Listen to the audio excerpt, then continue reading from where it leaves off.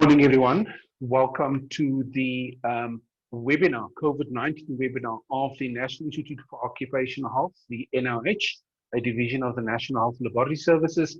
Our topic today is ethical considerations for occupational health and safety personnel in the workplace around COVID-19. And I think a very important topic to deal with. And I'm going to, without further ado, hand over to my colleague, that is Dr. Tanusha Singh, in order to just do the welcome. Thank you, Tanusha. Thank you so much, Ashraf. Good morning, everyone. A very warm welcome to all of you on behalf of the National Institute for Occupational Health, a division of the National Health Laboratory Service. Welcome, participants, to today's session. Thank you for making the time.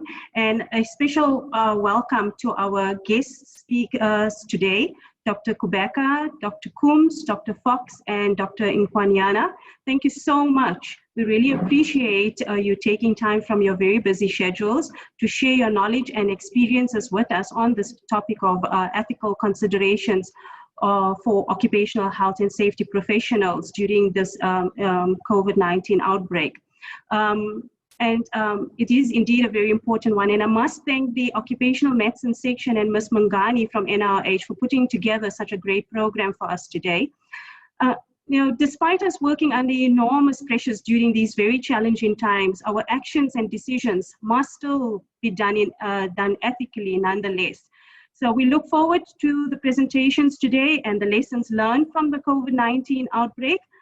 Before I hand over to Ashraf, I would just like to take the opportunity to thank the entire NIH team in organizing the session, and to the team of panelists who will be in the background answering the questions during the session. Thank you so much. Ashraf, over to you. Please kindly take us through the rest of the proceedings and a few of your virtual housekeeping rules. Thank you very much. That was Dr. Tanusha Singh, who's the head of our COVID-19 outbreak response team, that is the COVID-19 occupational health outbreak response team, as well as head of the immunology and microbiology section here at the NIH. The next thing to remind you of, colleagues, is that this is an ethics CPD accredited webinar. And it has been accredited by the Health Professional Council via the WITS Health Consortium, and as well as recognized by SIOSH for 2 standard CPD points, not ethical ones. And SIO itself, as you've seen on the slide, which will again be played at the end of the webinar, has allocated their own points according to their point system. And we are waiting, in terms of the nursing practitioners, news from the Stellenbosch University StelMed faculty with regard to our application there for the CPD, ethics CPD points in particular. And my understanding is that from SADA, in terms of the dental practitioners, that there would be a recognition of the already accredited Health Professional Councils category. So we will confirm all of those. After the session, there will be a link sent out by a colleague in NIH in the communication section to you with a password for you to be able to do the online multiple choice questionnaire to qualify for the ethical CPD points. Some of the other announcements have been on the screen as well before we started, and I will make further announcements as we carry on. I would like to get to our presenters as soon as possible. Just one last reminder. At the bottom of your screen, you'll have the Q&A double bubble, right? The 2 little speech bubbles. Please, that's where you type all your questions. No questions in the chat bubble. The chat bubble is for general administration, other general questions, and just, salutations and highs and so on. But the Q&A is what our group of panelists, and there's quite a significant number of NIH colleagues who are online, will be answering your questions in the Q&A section, as well as our presenters. When they're not presenting, we've asked them to look at the questions and answer them as you are typing them in the Q&A box.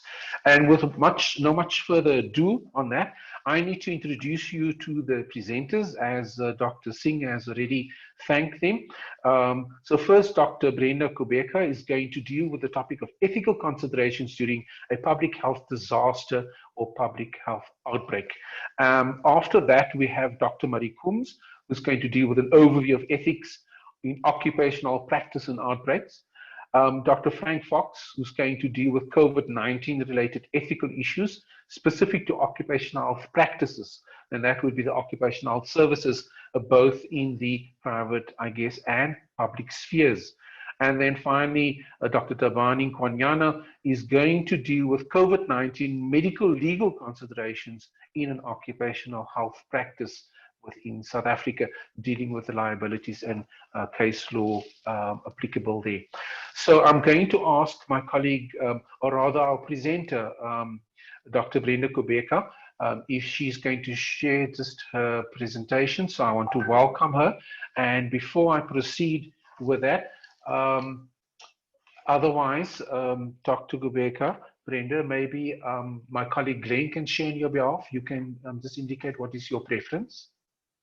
Whilst that screen sharing is happening, and that would have to be maximized for presentation purposes, let me introduce Dr. Brenda Kubheka for you. Dr. Brenda Kubheka is co-founder of the Health IQ Consulting based in Johannesburg. She's an ethics and clinical risk lead in the organization. Her previous roles include being a chief medical officer for the Clinics Health Group.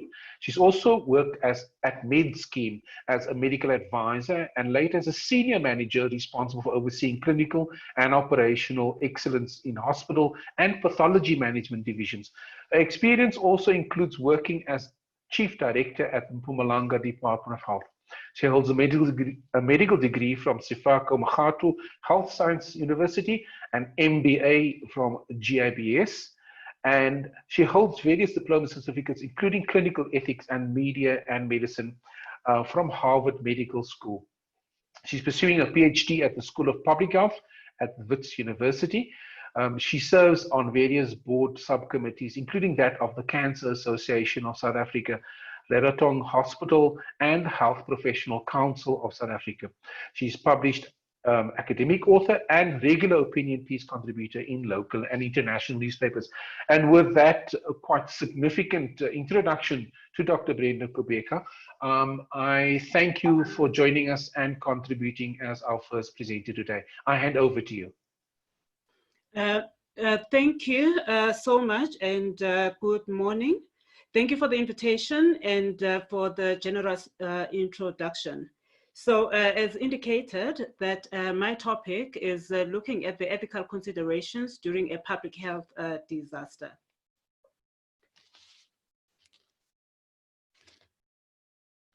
Okay. So this is the outline of today's presentation. And basically it's from defining public health ethics, and then looking at the ethical principles that are relevant in the pandemic, and then the various roles and responsibilities of the stakeholders and the conclusion.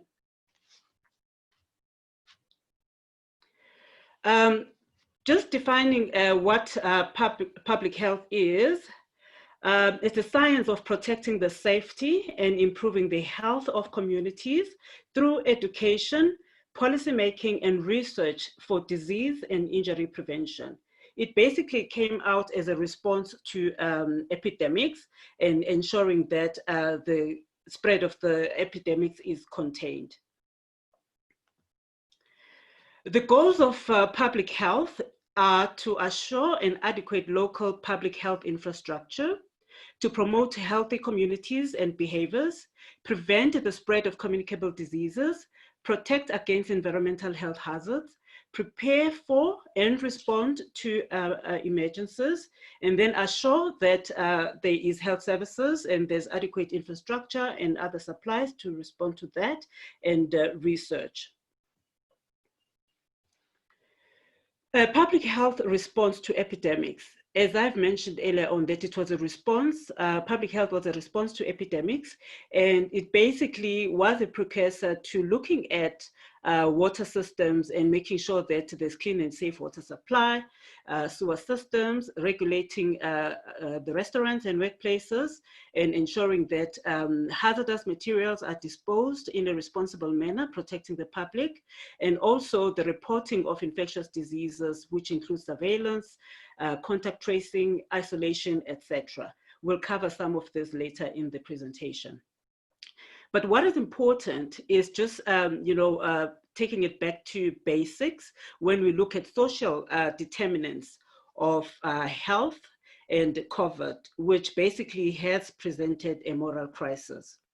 COVID-19 is a public global health emergency, and it has impacted on health systems, the society, and the economy.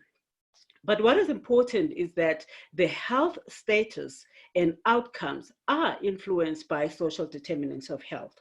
The socioeconomic status, the environment, whether we're talking about the environment at home or at work, the levels of and the quality of education also has an impact on health and on also accessing opportunities, which is also a social determinant of health, like unemployment. And also we know that, children also born to mothers who have a very low level of education, they also have poor clinical outcomes. So issues of access to care, etc. So this becomes very important as a foundation of understanding how our environment and impacts on the health status of the population and also the outcomes when we look at population health. Talking about the moral crisis, we've seen a number of newspaper articles and also discussions in the media regarding what COVID-19 has brought to our attention, basically elevating some of the ethical issues that we haven't been discussing in the country. The issues of the widening of inequality and the impact of that when it comes to unemployment, when it comes to clinical outcomes, when it comes to health status of the population. And also it's important also to look at the widening inequality and its impact on security in the country. Poverty is also important. I've already spoken about unemployment, the issues of corruption. I mean, we are hearing in the news the discussions about corruption in the procurement of some of the supplies that are relevant to COVID-19, etc. The most important thing that it has elevated as a public healthcare practitioner is the inequitable access to basic services like sanitation, like water supply, where we've seen some of the schools that were complaining that they didn't have access to clean water or access to water, and they also had poor sanitary services in the schools. Looking at public health disaster or emergencies and ethics, if you look at pandemic, it's basically, if you look at the first three and the last two syllables, it's panic. So this is what we saw, not just in South Africa, but globally. When COVID-19 conversations started and it was declared a global public health emergency, we saw people, going to the shops and buying items.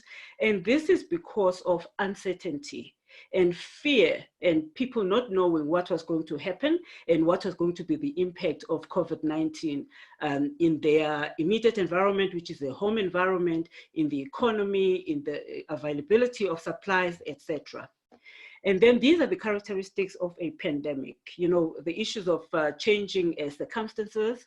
We've seen the lockdown regulations being adjusted from level 5 to where we're at right now, and probably that will be reviewed based on the changes in the public health space and how the infection rates are happening in the country.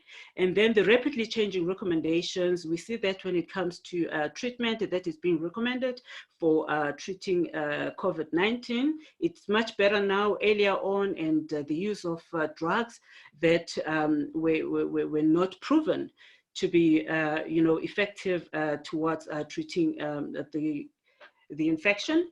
And planning and resource allocation. Obviously, when there is a pandemic, there's a huge demand and strain on available resources, whether we're talking financial resources, human resources, and it becomes important that the policymakers plan appropriately and ensure that the limited resources are utilized effectively and also in an equitable manner.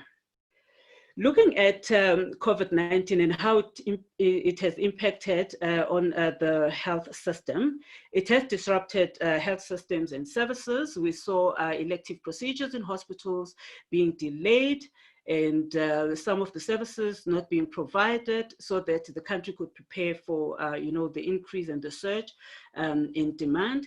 It consumes resources that are set aside for routine care. As I've said, some of the services were subordinated, if I may put it like that, issues of immunizations, and some people were scared of even accessing care because they thought that they will get infected in the healthcare facilities. And then we just need to plan now for the increase in some of the adverse effects of limited access to healthcare during the lockdown period. So issues of restricted access, reassignment of human resources that we had expected. We saw that happening in the US, where you find that people that haven't worked in an emergency department, health professionals that are super specialists, renal care specialists, were working in the emergency department because of the increase in the service demand.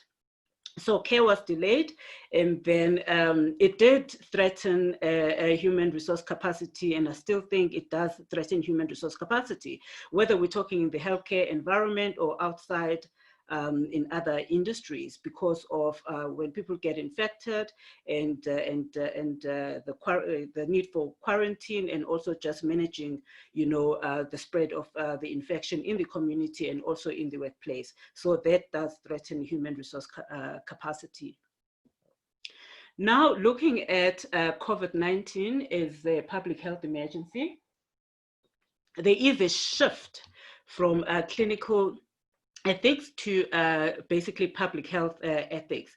If you look at clinical ethics, it's basically relates to the relationship between a patient and a healthcare practitioner. And this is governed by autonomy, the freedom to make decisions, and the freedom to refuse care or to accept recommendations that is made by healthcare professionals. And then the important thing that the care provided must benefit patients and do no harm. And then justice issues, which basically looks at the fair distribution of burdens and benefits. Now, if we move to public health ethics, it's focusing mainly on public and population health outcomes, and at the same time also focusing on individual clinical outcomes. So it's important when it comes to public health ethics, the issues and the principles of trust. If you look at public health ethics, the relationship between the government and the public, and the importance of trust. Because when people don't trust the government, when communication is not forthcoming, when there is no transparency, when confidentiality is violated, people don't trust the government. So if they don't trust, they will not listen to the messages, and they will not also comply to the public health recommendations that have been made. And then it's back to basics, the issues of fundamentality. It's basically just going back to the basics as to what is important. And then justice again, we're looking at fairness, no discrimination, and procedural justice, transparent ways of doing things, etc. I'll talk briefly about the Bill of Rights, specifically to the access to healthcare, because I think my colleagues are going to cover this. In the Bill of Rights, it is stipulated that all citizens have the right to access care, but the right to access care does not necessarily mean that people will receive the care. If we think of an emergency, a public health emergency, there will be, there's an increase in the number of people requiring healthcare services, but the human resources and other resources are limited. So even when care is accessed, it might not be actually received because of resource constraints, etc. And the Bill of Rights does state that it's access to care guaranteed and to be provided within the available resources.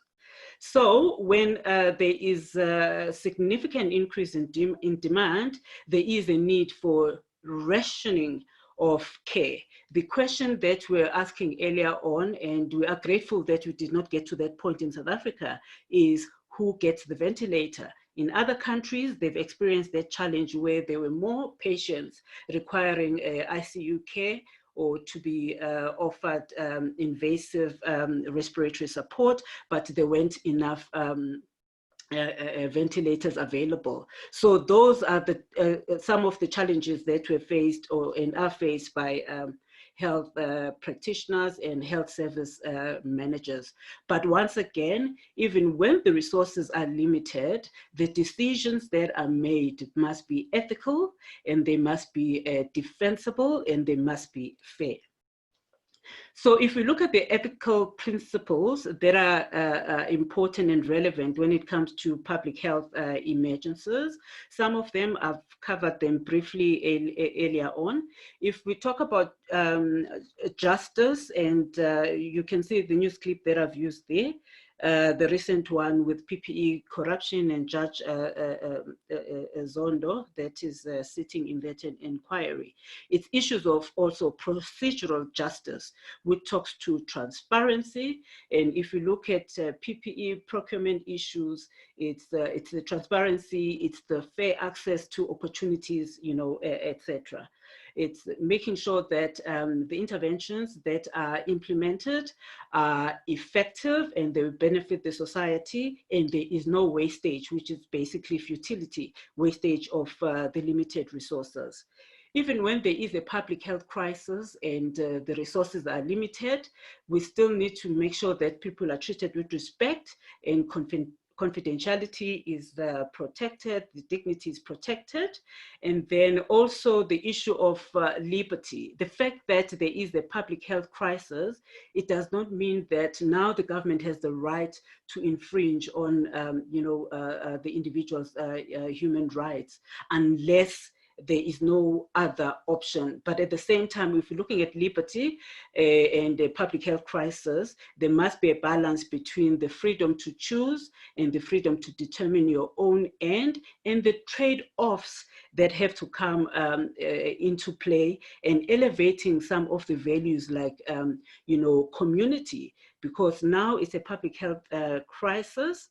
And basically, we are all interdependent, and solidarity becomes important. Solidarity at a national level, solidarity at an international level, which talks to cooperation amongst the different governments, and then ensuring that between the borders also the transmission of the virus gets limited, and then also that collectively, we safeguard the health of the population and also the security. So if we look at, issues of reciprocity, the principle of reciprocity, I'll just give an example that during lockdown level 5, essential workers, whether working in a grocery shop or at a hospital or, a firefighter, they had to go to work. But during that time, the nursery schools were closed, But yes, people have taken an oath that they will go to the hospitals and provide the care, the healthcare workers provide the care because they have signed up for that. So they basically have to show up.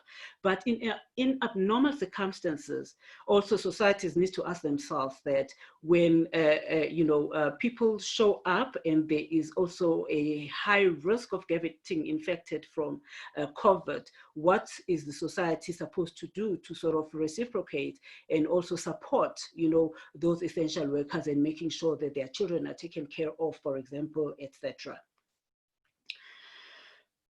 Looking at the rights and ethical principles and to be protected, but the reality is when it comes to public emergencies, notifiable conditions, certain information needs to be shared. So the important thing is that relevant information must be shared that is necessary to achieve public health goals. And then if for whatever reason there is a need to infringe on the privacy, there must be a guarantee that there is no less intrusive means to protect public health, but to violate privacy for the benefit of the public.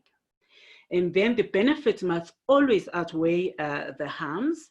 And then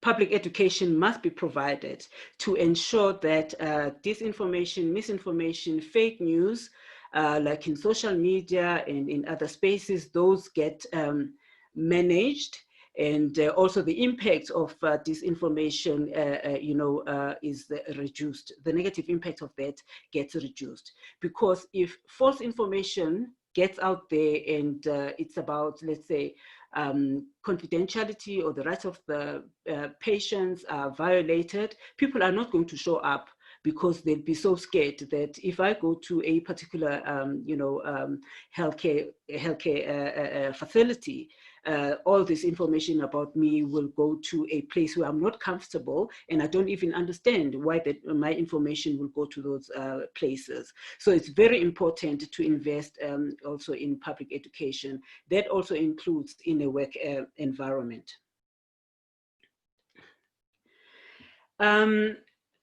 Now we'll talk about the international health regulations. As I've said, that when there's a public health crisis, there is collaboration between the different governments, but also the government has a responsibility, every country has a responsibility to ensure that they exercise their health powers in a transparent, non-discriminatory manner with full respect for the dignity, human rights, and fundamental freedoms of persons.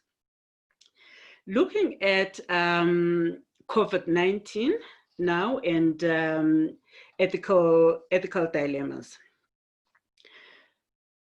If we think of lockdown regulations, we had to strike a balance between trade, which is the economy, versus lockdown regulations, which were aimed at protecting the public, ensuring that COVID-19 is contained, and also ensuring that the healthcare system is geared enough to respond to the surge in demand.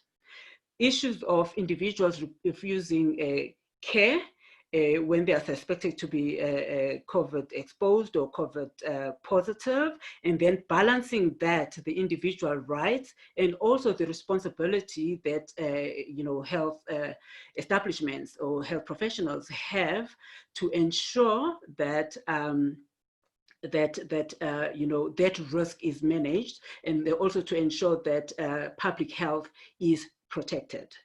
And then the issues of health workers' rights and, the duty to care, and also balancing that. There was an element of fear with some of the healthcare workers, fear, but that also needing to be balanced with the duty towards the society, the duty towards healthcare, towards patients. And those are some of the cases that we are dealing with in other spaces where some of the professionals actually refuse to look after some of the COVID positive patients. And then the allocation of scarce resources.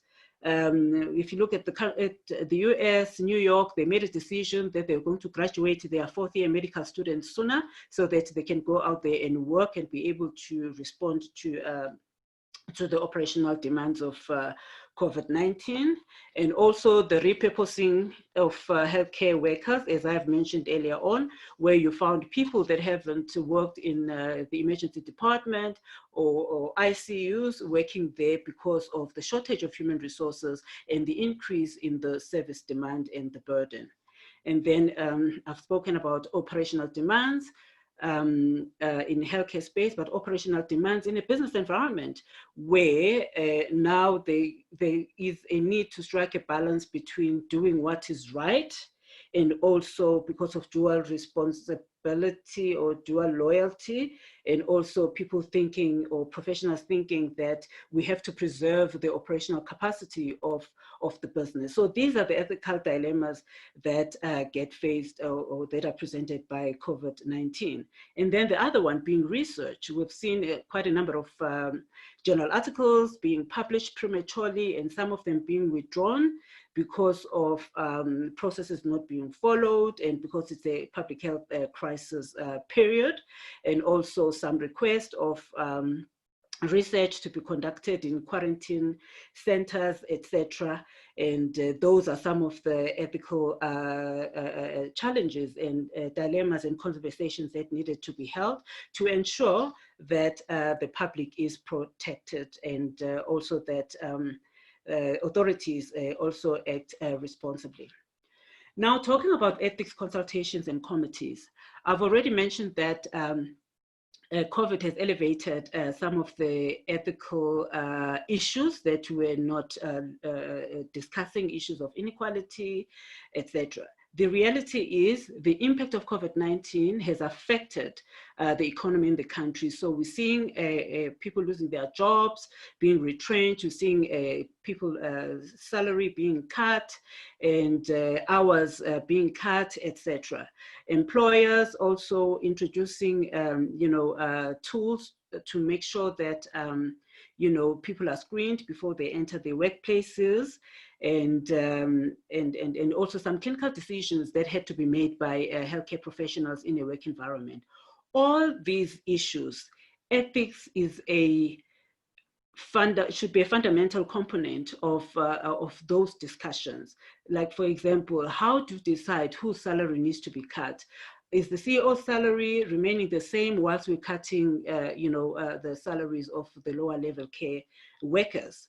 When it comes to retrenchments, do we just send text messages and tell people that they've lost their jobs, or we do it in a responsible and a humane manner that embraces the principles of Ubuntu, And then the health checks, I'll talk about later on, briefly about information management, etc. But ethics consultations and that support and having those committees to ensure that decisions that are made in a work environment, decisions that are made when it comes to resource allocation, and even in healthcare, when resources are limited, we need to ensure that they are done in an ethical manner and in a way that it's fair and also that is defensible.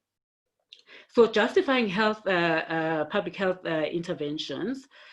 If you look at those pictures, I mean, we see if you go to a mall, normally it should be the security guards that are checking people's temperatures or screening people before they go in. At the bottom there with a temperature of 32.7, that's my temperature a few days ago. And the question is, what does it really mean when you have someone that is checking your temperature that does not understand what they are looking for?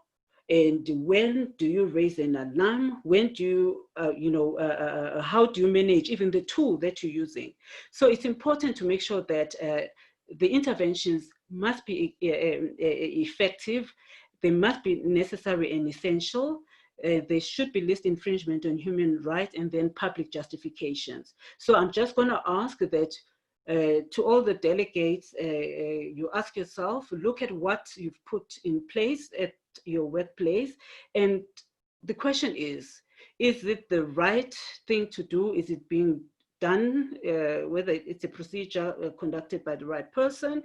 Do people even understand what they're doing, why they're doing it, and how to escalate and who to escalate it to? Is it effective? Is it even worth the energy exerted in doing some or implementing some of the interventions? I've said and mentioned the issue of allocation of scarce resources. Ethically, it must be, I've said that it must be done ethically. So there are questions that are being raised in different environments. Do we give access to a limited resource, the sickest person first, or the most likely person to benefit from it? But when you say the most likely person to benefit from it, who is that? If now we look at inequality and the fact that inequality is a social determinant of health, and the fact that the people, the poorer the person is, they will have more comorbidities, etc. So these are the questions that we need to ask ourselves when we want to make ethical decisions. Is it a first come, first serve issue? If it's first come, first serve, if the person is staying a kilometer away from the hospital and then the other one is staying 20 kilometers away from the hospital and they have to raise the funds to come to the hospital and it takes them 3 months to get to the hospital, is that fair when we use the first come, first serve? Random allocation and lottery, ability to the ability to pay within the challenges when it comes to ICU bed availability in South Africa, where we found that there were more beds in ICU in the private sector than there were in the public sector. But the good thing was that in Gauteng, I can only speak for Gauteng Department of Health, these beds, the capacity was combined to ensure that there is equitable distribution and also access to critical care services. So now we're going to talk about the 3 duties for healthcare leaders. For me, these apply to leaders also, even outside of the healthcare environment. The first one is the duty to plan and to manage, basically managing uncertainty. It's to plan and make sure that there is adequate response mechanisms, and then that the emergency plans are there, they are in place, and then also plan for ethical challenges and have protocols and guidelines that assist people that are supposed to make decisions or implement those decisions to do them effectively and also in a fair manner. And then the duty to safeguard, basically supporting workers and protecting vulnerable populations, making sure that the work environment is safe, reducing the risk of occupational harm, and then protecting vulnerable populations like the disabled, comorbid, elderly, and the homeless. Once again, we go back to the social determinants of health. Those are some of the life's lotteries that people do not choose to be born from or to come from a certain environment. People do not choose to be born with certain disabilities, etc. But by virtue of having those limiting characteristics, they get to be more prone to suffering from chronic conditions, diabetes, hypertension, etc. So those populations, they need to be protected. The duty to guide, to ensure that there's contingency levels of care and crisis standards of care. So where there's resource scarcity is just looking at where else can those resources be mobilized from. We saw in South Africa that some of the PPE, like the face shields, were being manufactured by some of the universities and the private sector, and we saw both academia, not both, it's the 3 parties, academia, private sector, public sector, working together to ensure that there's adequate PPE supply in the country. Making sure that there are protocols to guide and also ensure that we don't waste the limited resources. And then where there is a need for guidance, especially when it comes to ethics, those platforms or those resources must be made available. When it comes to ethical dilemmas, no one person can make a decision, come to a fair decision by him or herself when it comes to an ethical dilemma. Just imagine if, let's say, it's a patient that needs a ventilator, and there's 4 patients that need ventilators, there's only 1 ventilator available. If it's only 1 person making a decision, that decision might be influenced by bias. 1, people from informal settlements, anyway, they are poor, excuse me, they won't be able to take care of themselves post-discharge, maybe I shouldn't, you know? And then it could be someone else saying, people that are over the age of 40, maybe it's an ageist person. People that are over the age of 40 or 50 are not going to benefit. You know, it's better to put someone that is younger, etc. You know, so that is why it's important to make sure that when you face an ethical dilemma, you should always involve other people. And if those resources, where maybe there's an ethics advisor or there's a specific committee, and even if it's a COVID-19 committee that was specially formulated, you consult, we make sure that we consult to make sure that we make decisions that are fair, and then all that needed to be considered, the law, what is fair, and also previous experiences can be considered to inform the decisions. Looking at public health ethics, I've already covered the issues of equality and equity, and it takes us back to that multicolored slide of the social determinants of health, because some of them are life lotteries, and most people did not choose to be in the spaces that they're at, but it has an impact on their health and their health status. So now we'll talk about roles and responsibilities of individuals, health workers, authorities, and the society. The duties of healthcare workers, they have a moral obligation to provide humane care and also not to blame patients when they come and you know, they've been exposed to COVID or they're COVID positive, irrespective of the history they provide. And then the professional obligations to make sure that information is treated, you know, with due care, and the privacy, confidentiality is maintained, documentation is done appropriately, because that documentation is a legal document, but at the same time, it's important for continuation of care, and it's evidence that care was provided, etc., to make sure that care that is required to the patient, by the patient, or a group within the available resources is provided, and also to uphold, you know, the social contract and the employment contract. But once again, the issues of dual loyalty, being loyal to a patient and also being loyal to an employer, you know, whether we're talking about healthcare workers that are employed in the private sector or public sector. So that is important to be aware. But what is the most critical is understanding the issues of power dynamics and the fact that in all those interactions, patients are the most vulnerable. So it means patients deserve more care in ensuring that their rights are not violated, irrespective of the pressure that some of us might receive from you know, our employers. And then clinical data controller obligations, you know, once again, these are clinicians, is to make sure that clinical information is, the privacy is upheld at all time. It's kept securely and stored in a way that no one can access who is not supposed to access it. And then issues of disposal, there must be policies, like for example, the screening forms where people come in, they fill in or they put their personal identifying information and they answer the questions. And that if that information gets transferred to an electronic format, what happens to those papers and who gets to dispose of them and how they get disposed, to ensure that we also protect, you know, privacy. And then processing of personal data must always be fair and lawful, and it must be done for a specific reason, and it must be also subjected to a specific period.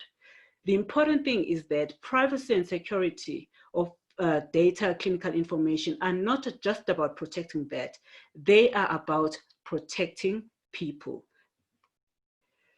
And then obligations of individuals is to seek diagnosis and treatment when people know that they've been exposed to COVID-19 or they experience COVID-19 symptoms, to ensure that they abide by the recommendations and the treatment that has been prescribed by health professionals.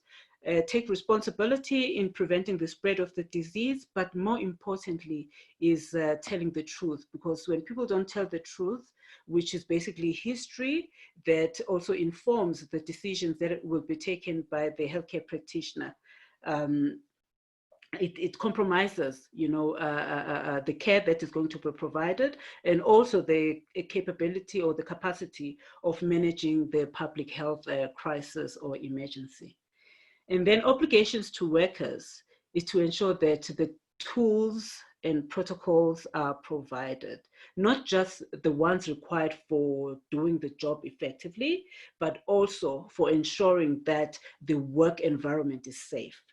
And then the protection of the workers and support to be provided, especially right now with COVID-19 and the mental toll that it comes with, and then the fear and the anxiety. That support is required for employers. This, I'm just sharing the impact of the pandemic on the health professionals. It's depression, it's burnout, it's moral distress, the fact that people have to make decisions based on limited resources, and the post-traumatic stress disorder, etc. The obligations to the society. It's important that authorities or authority figures, they communicate the importance of compliance with the public health guidelines and recommendations, and then that people are aware of the reasons, because if people don't understand the why, it's difficult to uphold those recommendations. And then also discuss the benefits and the risk of complying and not complying. And there must be mechanisms to review decisions as the public health situation changes. I mean, we see the president addressing us now and again, and the changes in the restrictions. And I think the same conversations also happen in the workplace. And lastly, address stakeholder complaints and uphold fairness at all times. This is today's announcement. Vodacom has zero-rated the new COVID Alert South African app. And once again, we are in an unequal country. So if apps are developed, and even in the workplace, we must make sure that the people that cannot afford data have the same access to those technological solutions that are being provided in the workplace and in the society. In conclusion, public health emergencies, they call for the focus on population health and outcomes, but it's important that we protect the individual rights and only subordinate them when it is justifiable and there are no other options. We need to go an extra mile in protecting the vulnerable people. Ethics consultations facilitate procedural fairness and prevents moral harm and unintended outcomes. We need to prepare for adverse effects secondary to the pandemic response. For example, the fact that childhood immunizations have been missed, some of women have missed their contraceptive appointments, etc. So that will have an impact later on when it comes to public health, and that should also inform the planning. So the focus when it comes to public health emergencies should be on the greater good, which is the utilitarian theory, but whilst minimizing harm to the individuals. We're not sacrificing individuals for the benefit of the community, but we need to be able to strike a balance between those two. Thank you. Thank you very much to Dr. Brenda Kubheka for her contribution to this particular webinar and the first presentation. And just a quick feedback to you, Brenda. We have Jacob Hutchinson saying this is probably one of the best presentations on ethics that I've been privileged to attend, and he says thank you. So we're slightly over, and I now have to introduce our second presenter, Dr. Murray Coombs, and I'm going to just check with Dr. Coombs if he is online and can share his presentation. We have approximately until about, what is that, 12:15 for, hold on, have I got this wrong? No, 11:45 approximately for your presentation, Dr. Coombs. And whilst Dr. Coombs is just preparing his slide for sharing with us a brief introduction, Dr. Coombs has an MBCHP, Diploma in Emergency Care, Certificate in Aviation Medicine, and Diploma in Occupational Health, and is a specialist in occupational medicine. His professional career, in 2018, he retired from corporate practice, was the past president of Medichem, the chair of the ICO, I think that's the International Conference on Occupational Health, SC on chemical industry. I think that's the subcommittee, 1999 to 2018, the corporate career as specialist medical advisor to international companies. And from 1985 to 1989, I'm going in reverse, private practice as an occupational medical practitioner, affiliations with professional organizations, which is both the Health Professional Council of Africa, ICO, Medichem, and SASOM. Career highlights is the United Nations Task Force on HIV/AIDS in the Workplace, the World Economic Forum Task Force on Scaling Up Occupational Health and HIV/AIDS Response in Africa, ICO board member and task group for ethics, president of Medichem, chair of the subcommittee of ICO, and the Dow Chemical Health Service leader, Europe, EMI, Africa, and India, and Unilever medical advisor, EMI, Africa, and Turkey. And lots of publications, and mostly on biological monitoring and medical surveillance. So welcome, Dr. Coombs. Thank you for joining us today. I want to hand over to you if you could just share your slides. Yeah, I presume you can see the slide, otherwise... Not yet, no. I think you would just need to use the share screen at the bottom if your slides are already open, and then to choose the particular set of slides that you, it should be open already, yes. Yeah, and then if you could just maximize. Thank you very much. That's it. Okay, thank you. Well, let me start then. Thank you, Dr. Kubheka, for setting the scene there. I'm going to go a bit more into the realm of occupational health now, and then for the practical considerations, I'm quite sure the next two speakers, where I'm going to be slightly more philosophical in the ethical base, will capture some of the practical considerations. So I'm going to start off with, it would be nice to think our ethics will be no different during a crisis. But of course, some of the things that we've already heard from Dr. Kubheka, and the slide I have here on the death rate as one example, is prior to COVID, we already had a death rate of about 1,000 people per day in South Africa. And a lot of discussion can take place around what did we do around lockdowns and public health and private health to consider the plight of those people. I'm going to use basically to cover the two references I give you, ethics from the ICO web, which is an international ethics guideline, about 32 pages, that would help occupational health professionals, for those who don't know. And the second part is going to be ethics in crisis management, a course run that is a 4-day course that people can attend or if they're interested in. I'm going to start off with ethics for occupational health professionals and then have two nice Latin things, primum non nocere, basically the same as the duty of care, first do no harm. But then I'm going to add to that omnem questionem, which in a crisis, but also your day-to-day life, is question all. Make sure you question what the response is needed from you as an occupational health professional, and even more during a crisis. I'm going to cover those three headings, personal, professional, stakeholders, and somewhat move into occupational health.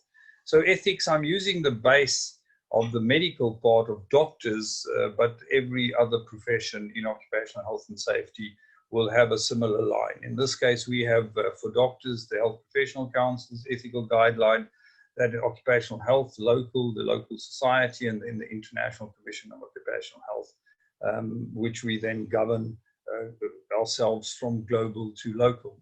But we also have personal ethics, and personal ethics is that ethics that a person identifies with respect to people and situations they deal with in their everyday life. And very clearly, I want to state it very early in this discussion that ethics also brings in a set of liabilities. It starts off with, as we heard already, duties and obligations, but there are also liabilities. So for personal side, there's a personal liability for your professional medicine, or be it health and safety. There's a professional liability, and particularly because we are deemed experts in occupational health, we obviously can also become expert witnesses, which brings in both a liability in that regard as well. The next one is business, the business ethics. And in this case, I want you for a moment to think not of the business that you contract to or the client-patient relationship, but think of your own business, the practice, the business that you work in, and what is the appropriate business policies and practices that you have to have in that ethics. And I'm going to build most of this lecture on that ethics should already be a base of your organization, yourself, your business, your practice. When crisis hits, you don't have to go and find your ethics, you already have them. So in the case of your own business, you're going to have to look at your corporate governance, your discrimination, your social responsibility, your fiduciary responsibilities. So you'll see over the next few slides, there'll be a thumbs up and a thumbs down to just consider this, what happens if I don't follow these rules. And then we'll go into SASOM and ICO, occupational health, and not in great depth or length, within a half an hour. It's basically just even to cover the ICO 32 pages is going to be long. But we don't live in an island, so it's just not us and our practice, but also our stakeholders. And I'm just going to touch on 4 levels of stakeholders, which Dr. Kubheka and probably the other 2 presenters will also touch on, I'm quite sure. So industry or companies also have a system of moral and ethical beliefs that guides their values and behaviors and the decisions of these organizations, and very often called business ethics, which some people may call an oxymoron. For labor, we have the International Labour Organization, which again uses phrases and concepts of equality, dignity, social science, and integrity. And you'll see how this moves into the societal discussion. It's about good faith, honesty, impartiality. It's the respect for a set of principles, which already tells you that you need to have some sort of a base of principles documented somewhere so that you can build onto that. Governments also have, in this part of their practical jurisprudence or philosophy of law, but again, it has this positive, this yin and yang, positive and negative. It covers issues of honesty and transparency, but it also has to cover bribery, corruption, and impropriety, open government versus conflict of interest, and therefore somewhat of a legal ethics in government. We then land up with an individual, and the individual within its own society. And again, here we believe as a society, as a larger ethic, that we want to have values of social responsibility, of solidarity, of social utility, that we want to base the way we interact with each other on a rational, moral, egalitarian, pluralistic, or democratic society. And all of this are built on pillars of human rights and human dignity. So we clearly need to understand this deeper ethics across our stakeholders. But I want to move into the occupational health side. So clearly we have to look at the two ourselves and our interaction with business. And so we're not surprised to find that 90% of the Fortune 500 companies have a code of ethics that apply to all their employees. And this code of ethics helps to address the unique business situations that people can land into. It's often done within organizations to just make very clear to employees and members of the organization that you cannot claim ignorance as a defense for your unethical conduct. So again, that yin and yang, positive and negative. But for a professional code of ethics, as we will have in occupational health, it sets a standard for us as a member of the profession of how we want to protect the public's well-being and how we want to interact with each other. It is, however, not a static, this is the last paragraph, remaining ethical is not a static issue. And so during a crisis, it's time to review and evaluate, but at any time, it's a good thing to review and evaluate your standards of practice that you set out for yourself. So a successful business or a partnership is foundation of trust. There are 6 ethical terms, and this you can find under www.bomi.org. Ethics, values, morals, integrity, character, laws, and it again highlights that what ethics in principle means, it refers to a set of rules that describes our acceptable conduct in society. It serves as a guide for moral daily living. Ethics refers to society's sense of the right way of living our daily lives, and it has to therefore establish some rules, some principles, some values, and the most often concepts, as we've seen in the previous slides, and you'll hear a lot more about today: truth, honesty, fairness, and equity. So while ethics is a societal concern, it's of course of critical importance to the professions that serve the society. So in our case, in occupational health, we will be put at a higher level of understanding. Of course, we're talking about a principle of a multidisciplinary task, so I try to get a bunch of, South Africa has its fair share of organizations, and I'm quite sure I haven't covered all of them. But I want to take us back to the International Code of Ethics for Occupational Health Professionals. As I said, 32-page document, but it's summarized on, I think, page 12 in the following paragraphs, which I really would like to endorse and work with the group today. The purpose. So firstly, we have a purpose in occupational health, and that's really a very good base for any ethical discussion. And that purpose is to serve the health and social well-being of workers, not only individually as inpatient, but also collectively as a group. The practice of occupational health must be performed according to the highest professional standards, which implies we have to have some professional standards somewhere and the ethical principles. Occupational health professionals, however, as we've clearly heard from the public health viewpoint and from the thought of yourself being in society, we must also contribute to environmental and community health. So in fact, we cannot steer away from during a crisis that we have to take action. The duties, and often this is written up in our local guidelines, the duties of us as occupational health professionals is mainly to protect the life and the health of the worker, respect human dignity, and promote those highest ethical standards in policies and programs, which again infers that we must have them, they must be written. Integrity and professional conduct, impartiality, the protection of confidential of health data, which you've already heard of, and the privacy of workers and all of this. We are seen as experts, which we already said. We must enjoy full professional independence in the execution of our function. We must acquire and maintain our competence necessary for duties and acquire conditions which allow us to carry out our task according to the good practice. Now, if you use these 3 paragraphs, and just as a summary, you can write any contract with any client you have, and you can make sure that your ethical base is strong and will not differ when you have any crisis. As I've been talking quite a bit now, we clearly understand that there's ethics and then the yang or not. So what is ethics on the right-hand side? Yeah, again, I have the thumbs up and thumbs down. You can clearly be anything from at the bottom, ill-advised, to inappropriate, to unprofessional, to unethical, to unlawful. So clearly when you get a question, you have to answer a question, you consider what a group of people are discussing, particularly in crisis times. Make sure that it's not one of those, that you're not being ill-advised. Also, ethics for us as occupational health professionals goes all the way back to Ramazini in the 1600s, where we already said that it's our job as medical people or occupational health professionals to secure good conditions for workers. It's the right for us to believe in the benefit and the relief, and therefore we have to understand the circumstances, and particularly if we go back to Dr. Kubheka's discussion, the social determinants of the workers who also live within a society, and we need to take cognizance of that. Ethics during a crisis isn't really different. I'm trying to contend that it shouldn't be, and we'll cover a quick few points about crisis ethics, about the whole discussion around obligations and duties, responsibility and accountability, communications during a crisis, and a concept of humanistic care. I believe, however, that the golden thread through all of this occupational health during a crisis is communications, and I will have added a lot of slides at the end of the presentation for additional information for people that would like to read up a bit more.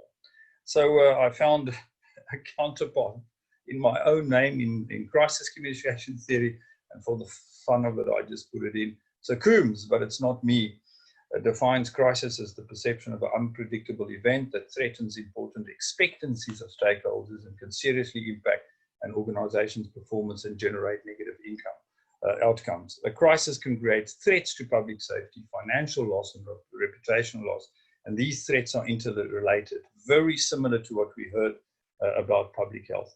You can read more about this in Ethics in Crisis Management, and there is an organization called the Professional Crisis Management Association for just to better understand ethics in crisis. Here is somewhat slides from the Ethics in Crisis Management course. You can see where you can find it, and this is MITROF, which has defined a 5-stage model for crisis management. Clearly, as an organization, as a doctor, as an occupational health profession, you have to have some sort of a signal detection, meaning you have to probe and understand if something's happening. Is the crisis coming? When is it coming? What is the damage containment? What does recovery mean? What does learning mean? And I think there's a positive feedback all the way back to signal detection. So clearly, as an occupational health professional, we have to consider what happens and if a crisis is going to happen. And then what are these ethical principles then related to our obligations and duties, our responsibility and accountability? And I'm not going to try and read through. I gave you a rather more thorough set of slides to read, but I'm not going to try and read just the things to you. But the whole basis of it is that our moral responsibility already goes back all the way to Aristotle and the philosophers, and saying that it's our ability to reason, our awareness of action and consequences, our willingness to act free from external compulsion that puts this obligation and duty into us as a society, and therefore it becomes more onerous in a professional manner. It's the readiness to be prepared to give explanations for our judgments, our intentions, our actions, and particularly in the professional context, accountability is about answering to our clients, our colleagues, and the other professions. And particularly in the multi-professional manner that we work daily in the workplaces. So responsibility is this ethical concept that we have morally based obligations, and even to the larger society for ethical moral codes and standards, and that us as professionals have a readiness to take our actions, to be judged by others, to accept our responsibilities for errors and misjudgment, but to work on recognition of competence, conscientiousness, excellence, and wisdom. So there's a whole base of ethical background that we bring into a crisis. And it's really trying to find it already ahead of time instead of during the crisis to wanting to fix our ethical base. And in the case of communication, as I said, also in trying to find how do we communicate this ethical base that we already have. And I want to introduce a concept which is ethics of significant choice by Nielsen. And this is an important ethical principle that can be applied in crisis communication that involves the concept of significant choice. Because a crisis has this great potential for harm and disrupting our daily routines, the ethical concept of significant choices, individuals must be given enough information to make a reasoned decision. And of course, for organizations, and this is just some concept around organizations and their responsibilities in communication before, during, and after a crisis, is that they have to train people to monitor the crisis risk in the pre-crisis stage, in the emergency stage, to make sure that decisions can be made rapidly, and then the post-crisis communication is that we can wrap up the crisis communication messages in the recovery process. There's more to read about that in later slides, but I think it's a very important concept of communication. Ethical principles then of humanistic care. This is another concept that I think is important for occupational health professionals, is that any crisis is going to create victims. And based on this care principle, the first priority in any crisis is to protect stakeholders from harm, not the reputation of the organization. We hear often about the dual loyalties between the company and the employee, or the patient or the worker, but I think there are multiple loyalties that we have to consider, having looked at our ethical base as individuals, and make sure. I'm going to end off with some practical aspects and checklists, and I won't necessarily read through all of them. In the slide set, you can have a look, because these are things that need to be used in a practical sense and not a concept. So we look at your objectives during your response in a crisis in occupational health, choice, misinformation, and that power balance we've already heard about. I'll share with you a short slide on the concept of VUCA, and then outcomes-based management for your ethics. So why ethics in crisis is always the question. What does it mean in practice? And is it about finding the truth, or is it about, as we say in the little cartoon, is it a junior, senior doctor, and then a spin doctor? Are we just trying to give fake news or change the ability not to do anything? So ICO, very clearly, we always have to go back to our occupational health principles to protect the life and the health of the worker, to respect human dignity, and to promote the highest ethical principles. So I go back to the practice. The practice should be question all again, omnem questionum. What is it? What is the question or request that I'm asking to respond to? This choice of who gets the ventilator, the choice of who comes to work or not, on what is that based? And of course, Aristotle already told us in the elements of circumstances, always ask the question, who, what, when, why, where, in what way, and why what means, or in the more modern terms, 5 W's and a how. And John Doherty has also said, if you wanted to make sure that you answered all those questions correct, are you sure that you're looking for truth? And truth always has to be defended or searched through with the 3 practical.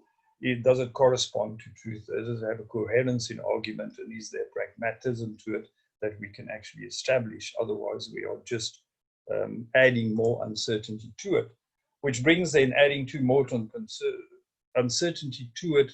We have to communicate appropriately. So crisis communication objective should be to provide accurate, timely information to all internal and external audiences, to demonstrate concern for safety of lives, to safeguard organizational facilities and assets, and to maintain a positive image, but in that order. Again, from Coombs, best practice for initial crisis response: be quick, be accurate, and be consistent. And then there's a whole list of somewhat more detail of that. Be quick and try to have an initial response within a first hour. Be accurate, checking your facts. Make sure that you have consistent messaging about what is happening. Make public safety priority number 1. Provide some expression for concern and sympathy for victims. Remember to include your employees and not just go externally. And then, as we've already heard, provide stress and trauma counseling for the people. Significant choice, I'm not going to go into it, but this is a very important thing, is making sure that people have the information, but that they can actually understand the information concerning their own well-being and make that informed decision. So misinformation is obviously an important issue that needs to be looked at, and some forms of communication, such as bias, ambiguity, emotional language, can distort or create unnecessary alarm, and I see we've all seen enough of that. And this uncertainty and crisis is most probably in organizations threefold. It's due to the lack of information or real data, due to the complexity of the information, or due to the quality of the information. Which brings us to a concept of we have to understand, from the perspective of the party sending the message, careful consideration of the audience's ability to comprehend and act on that information, and make it equally important what you say and what people receive, that they can act on it. And there's a whole set of literature called disaster literacy about an individual's ability to read and understand the information to make informed decisions, which would be important for you to learn more about, but not for today's discussion necessarily. However, I will want to leave you with the fact that whether you are part of this organizational response in a company in passing on communication, you have the power to control the communication, and therefore you're obliged to use this power quite ethically. And very often the OHP is the person that can bring ethics into this crisis communication. Which brings me to the concept of VUCA. You can go look it up and read it up, but it's just the whole world is becoming more volatile, more uncertain, more complex, and more ambiguous. And this is clearly what happens during a crisis management. And there are a lot of interesting tools to address each one of those. And I do not, again, want to have a discussion around that. So outcome lists, it's very important, I think, for practitioners to practice proper ethics, and therefore having an outcome list of what we would like to go get during such a crisis to demonstrate. And here's a short list about our communications checklist to demonstrate respect for people affected by the risk management decisions, involve all parties in that stake, include decision-making process with a broad range of factors that include risk and concern and outrage, to use many communication channels, to adhere to highest ethical standards and hold people professionally and ethically accountable, and strive for beneficial outcomes. Purely from an outcome list after the crisis or before, you can think we want to have early detections of signals so we can have appropriate responses. We want to contain the injuries and deaths within our own sphere where we do have a potential. We want to have critical business continue, particularly in industries, healthcare, food, and all of those critical places. We want to learn, we want to check our policies and procedures, keep the reputation of the organization intact, allocate proper and appropriate resources, and that the evidence that we have is timely and the accurate decisions are grounded in facts, and it all really, follows into the same question, that we can make ethical decisions, we can accept responsibility during time of crisis, and we can provide an ethical basis for facilitation of humanitarian care. Thank you very much for the opportunity.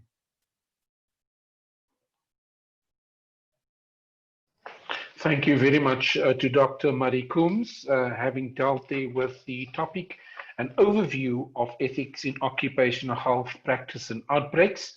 And I now have the pleasure of inviting Dr. Frank Fox to deal with the topic COVID-19 related ethical issues specific to occupational health practice. We're looking at the practical implications, both from a global to local perspectives, and then issues like the roles and the responsibilities, who does what in terms of different roles, including laboratory, occupational medical practitioners, occupational health and nursing practitioners, human resource role players, safety practitioners, as well as the occupational health and safety committees, which I think has also come into a specific focus recently. So welcome, thank you very much, Dr. Fox, for joining us and sharing your experience, knowledge, and guidance for us today.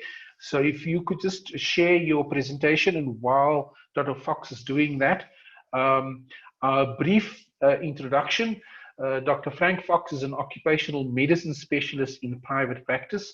Dr. Fox has been working in occupational medicine since 1985. He has extensive experience in the mining, forest products, pulp and paper industries.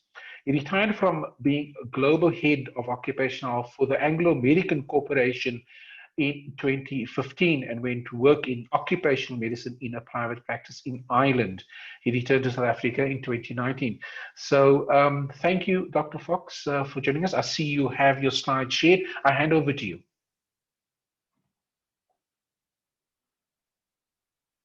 You may have to unmute your microphone. I'm not sure if you are unmuted.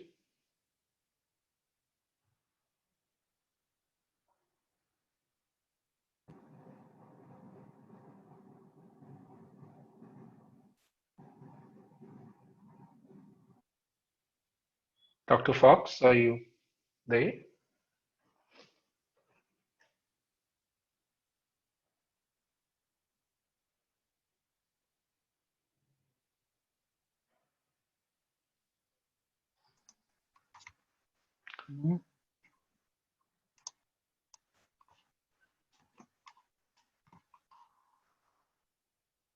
Can you hear me? Yes. I don't seem to be muted. Oh, at last. Yes, yes. There you go. I can hear you. Thank you very much.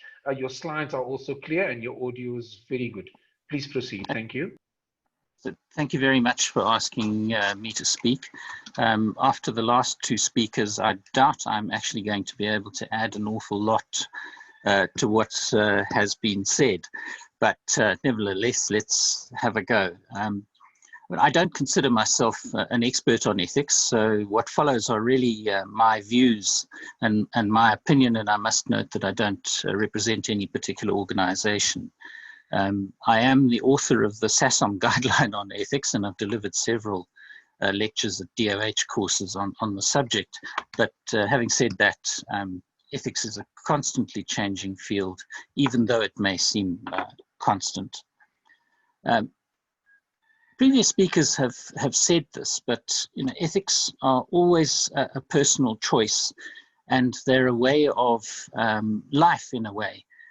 Every decision we make should be considered on the basis of the ethics of our profession, and they need to become an unconscious decision in how we work. Having said that, this COVID-19 pandemic has given us a lot of dilemmas, and it's certainly clouded thinking around many decisions that we previously didn't worry about in occupational health. The one thing that seems to have come through is that we seem to have forgotten that this is not the first community-acquired infectious disease with fatal consequences at that, that can be passed on in the workplace. But perhaps the scale of and ease of infection and the unknowns have contributed to some of the difficulties that we are presently facing. The questions that are coming up from time to time are all around issues that we've dealt with in the past and seemingly with ease. I'm not going to answer all those questions, and I'm probably going to leave you with some. So let's get into this. These principles have been mentioned, and they were there right at the beginning, but I think it's a useful place for me to start in terms of the application of these 4 basic principles of medical ethics, which are known as the Georgetown mantra. Autonomy is really about personal choice. It's about the ability of the individual to make personal choices. And since dual loyalty has been mentioned, it's also about the ability of other parties in any situation to make their choices as well. In typical medical ethics or in traditional medical ethics, it comes down to informed consent. Beneficence obviously is doing good, non-maleficence doing no harm, and then distributed justice is really around fairness. And I think I should remind us that even though pandemics create unusual times when we might think that traditional views of ethics are challenged, it's actually during these times when careful consideration of ethics becomes most important.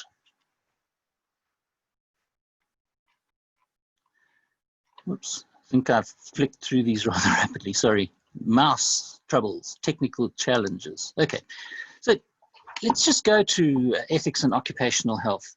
Now, although we typically talk about patients in occupational medicine and occupational health, there is in fact this problem that we seldom actually have a patient. We have a client.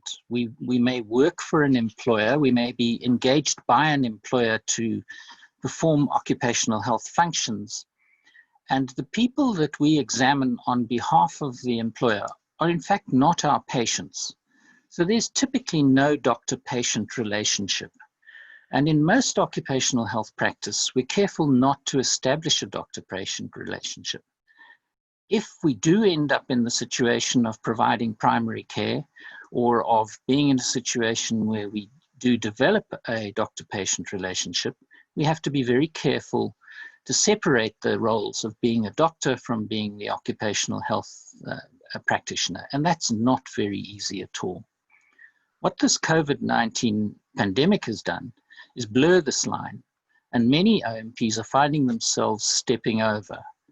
They're finding themselves in a situation where they're having to look after people who may well be in a company created and run quarantine or isolation facilities. They're looking after people's medical conditions, their contact tracing within the workplace.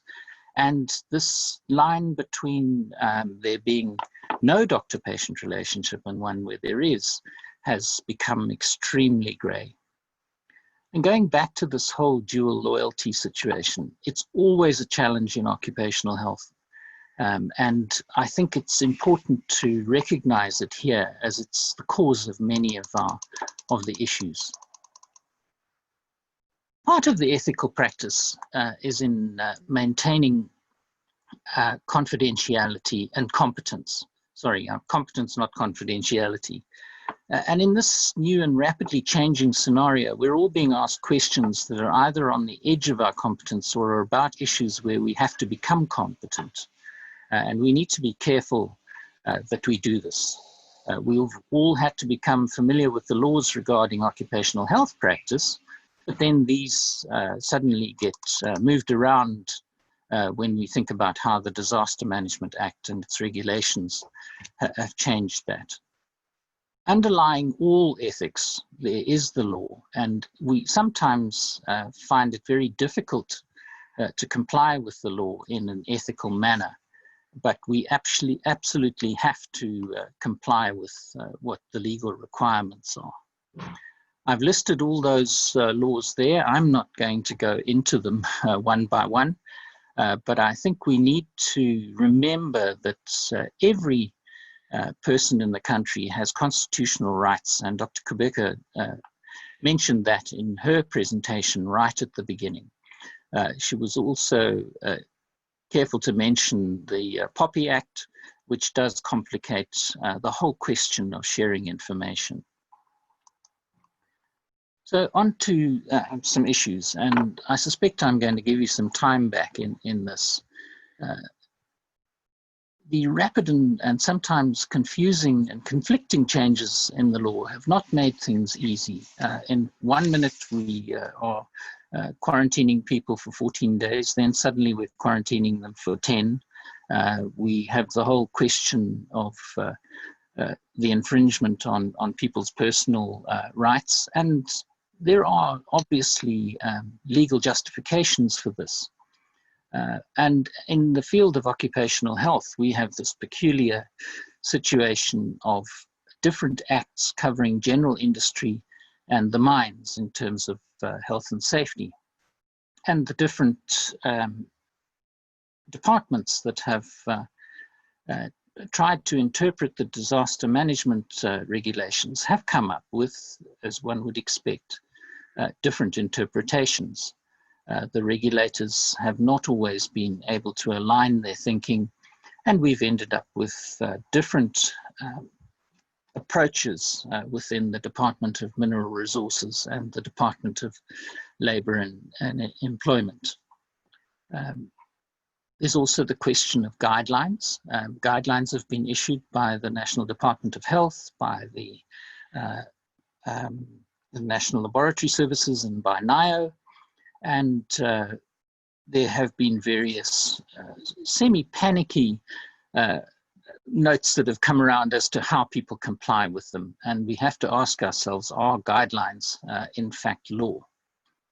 Dr. Coombs alluded to the false information that's going around, and we've had to manage this infodemic, as it's been termed. There have been all sorts of claims that we've all, as occupational medical practitioners, had to deal with. You know, one of them that went around recently was, we're not having our temperatures taken because you're pointing this infrared thing at my forehead and you're damaging my brain. And people get some strange ideas around these things. And unless you are quick on your feet and can say, but you know, a thermometer actually doesn't send out anything. It is a camera and it picks up heat. It's not about sending anything into your head. And that's just one of the little things. Also, we've had this climate of people jumping on the bandwagon and taking advantage of the situation in terms of what they can sell and what they can convince companies to buy. And there's a lot of snake oil out there. I mean, one of the things that went around early in the pandemic was the idea of a disinfection tunnel, and some very prominent organizations rushed out and bought these things, only to find that in due course the WHO came out and said these things aren't a good idea, and that was backed by our own Department of Health subsequently. So they then ended up with potentially expensive pieces of equipment that weren't really any good to them. Similarly, a lot of suppliers have rushed around selling disinfection solutions and all sorts of things that companies have, in their panicky situations, have gone out and bought. And the occupational health practitioner has been in the firing line in terms of being asked to give advice on whether these things are effective and do they work. and should the company buy them. Testing is another particular issue that comes up from time to time, and there are some questionable practices around this. Unfortunately, some of these seem to have been supported by doctors. I mean, the questions of mass testing, for example. Can we mass test? Should we mass test? What are the benefits of mass testing?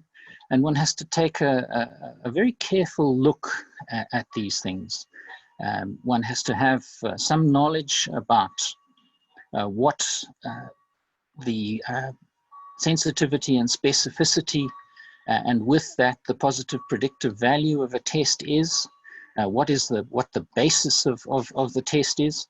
Because you can spend an awful lot of money on testing, and I know of one major organization that tested 1,000 employees on a mass testing basis at 800 Rand a test, which is a significant amount of money to be spent only to pick up 2 positive cases. Now that really was a waste of money, and if they'd taken sensible medical advice, they'd have realized that the validity of the test was only for the day on which it was taken. So a week later, it was completely irrelevant. So the whole thing around testing of who, when, why, and how, whether you can in fact force people to have a test or not, and that cuts right across the issue of autonomy. My answer to that is no, you can't, not without informed consent. But others may have different views. A second thing around testing is that there are some that are saying you can't come to work unless you can produce evidence of a negative PCR test. And the whole problem around PCR testing, it's quite low sensitivity, and the fact that it's really only valid on the day the swab is taken makes you wonder about the ethics of those things. The other issue is around the number of tests that we've been doing and the ethics of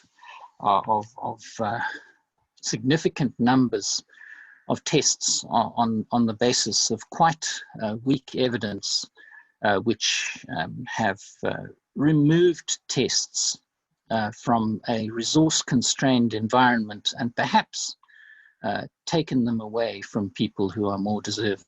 And there's the whole ethical question of that. And I think occupational health practitioners or occupational medical practitioners have a responsibility to advise employers against unnecessary testing in resource-constrained times.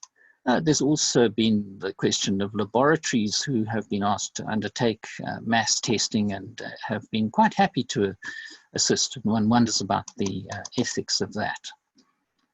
Testing of asymptomatic people.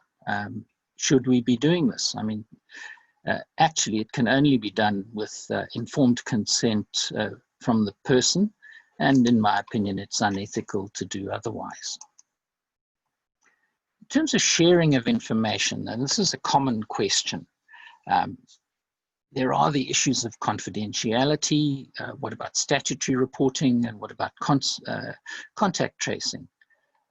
So, you know, one has to think about the question of which tests you're doing, and the suppliers that were very quick to start pushing unverified test kits in the absence of approval from SAPRA, something we still have to guard against. And I just need to re-emphasize, we need to be sure of the value of antibody tests before we start rolling them out as immunity passports.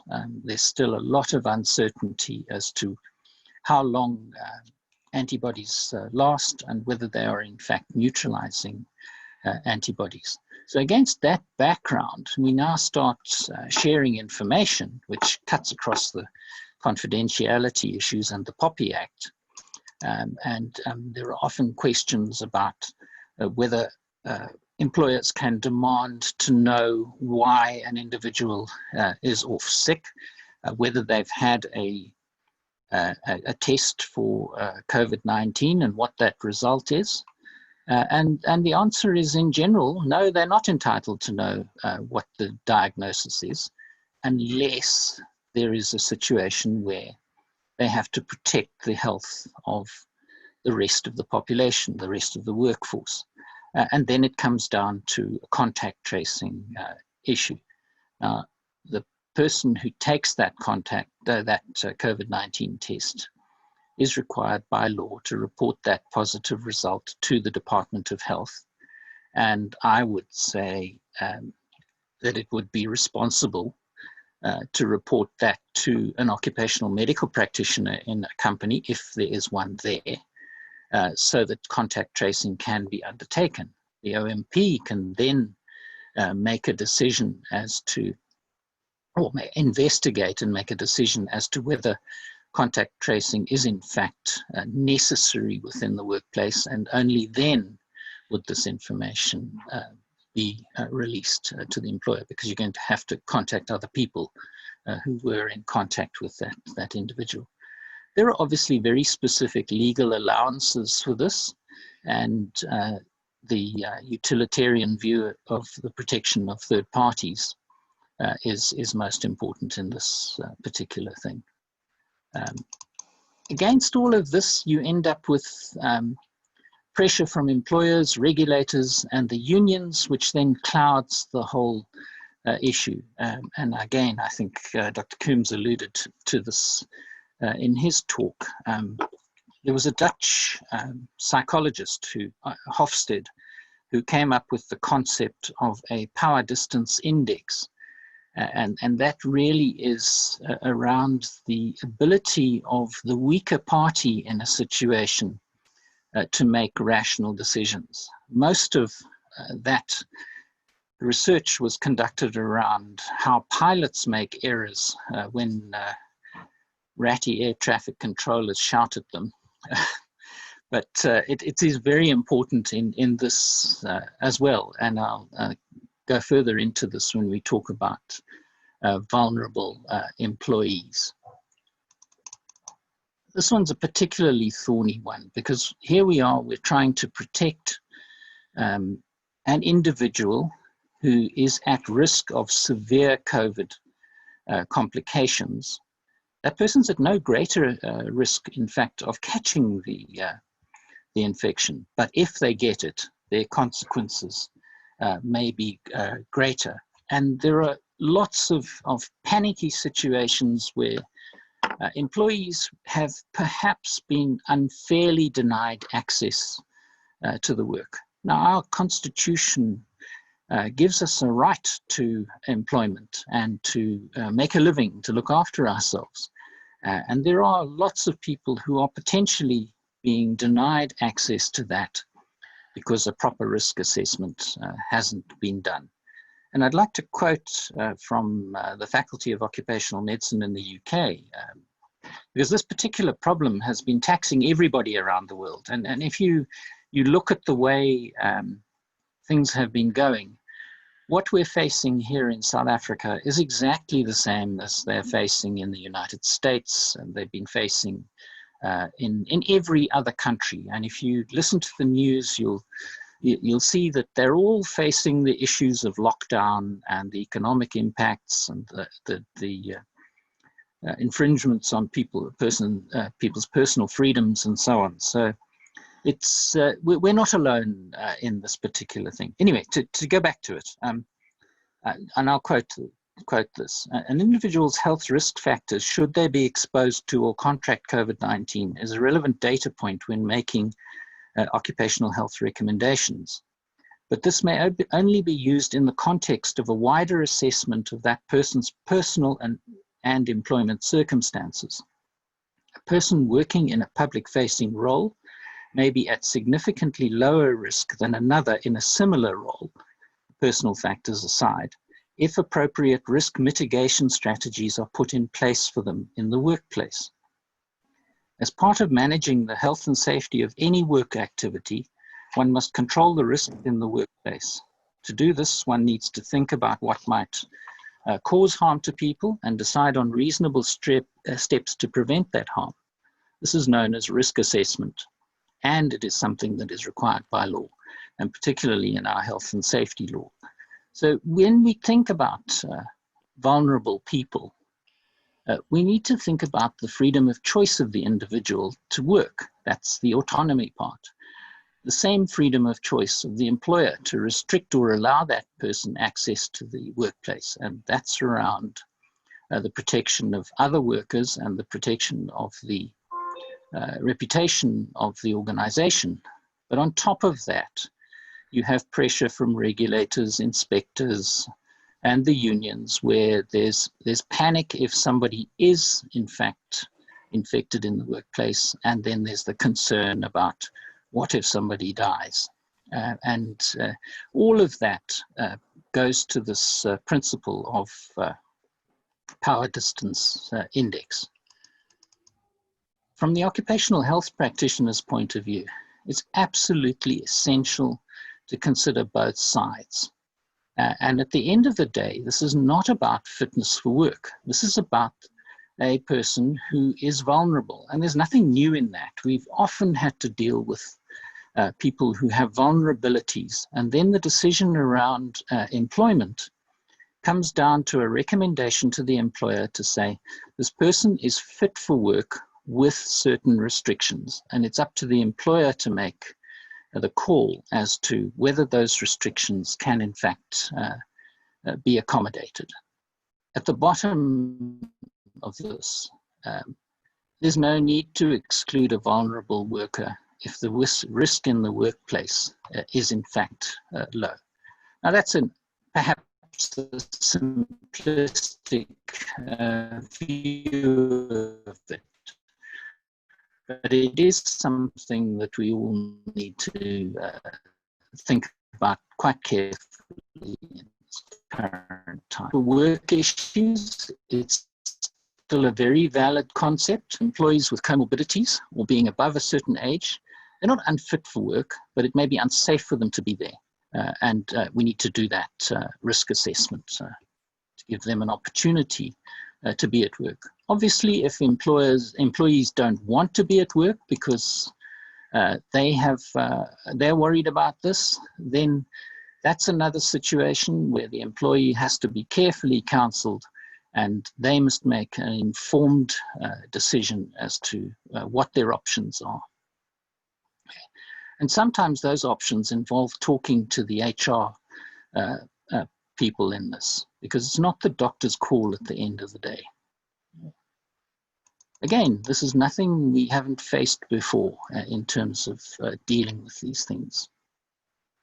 The question of returning to work after a positive test or an illness is simply a question of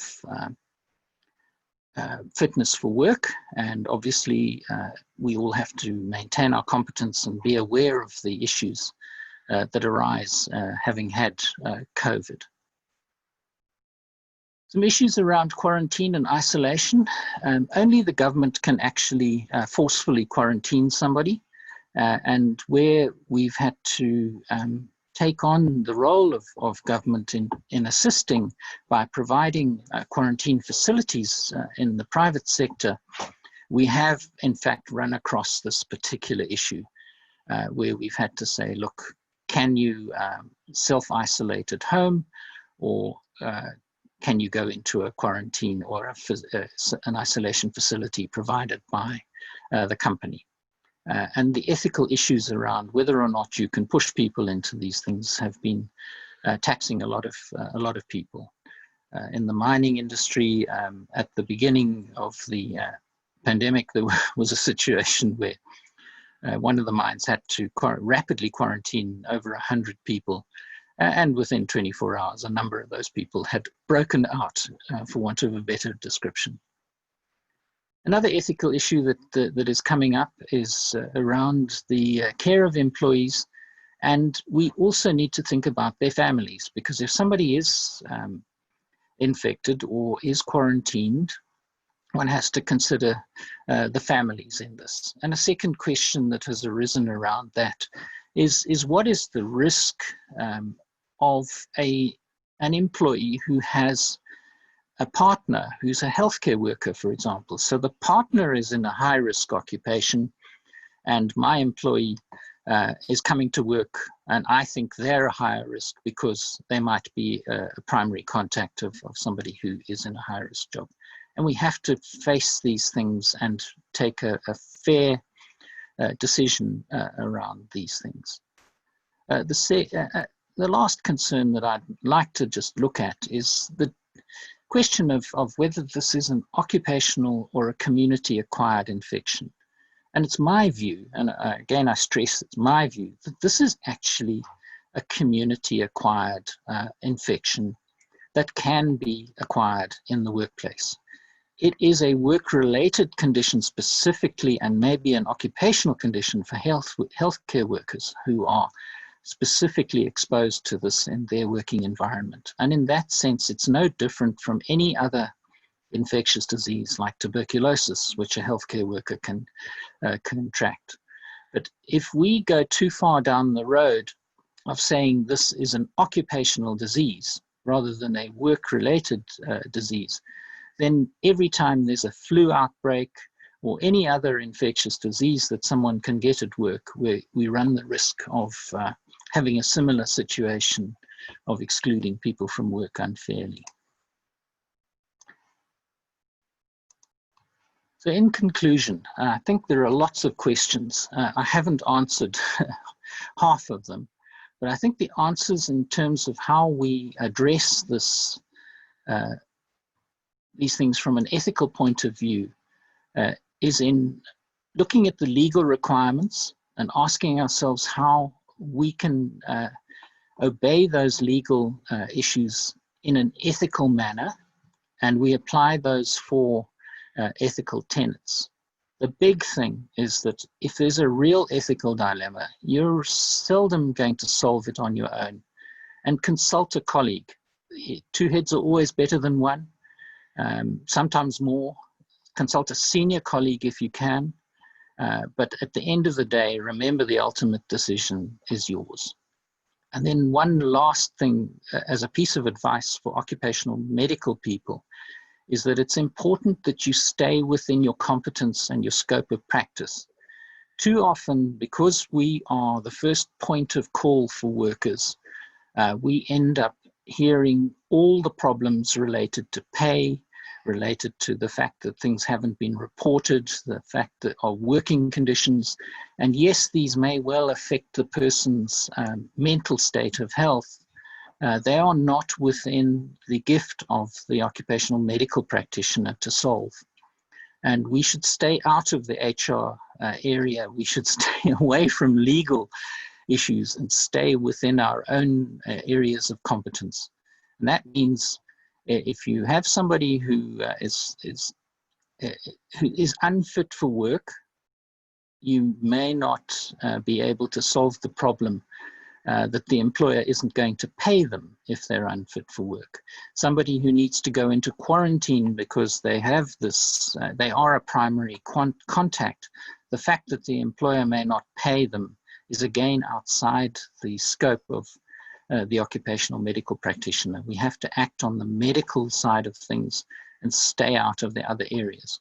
That doesn't mean we can't try and influence the people involved in that area, but we cannot make decisions on that basis for the individual worker. And I'd like to leave it at that. I said I'd give you some time back, but I haven't really. Sorry about that.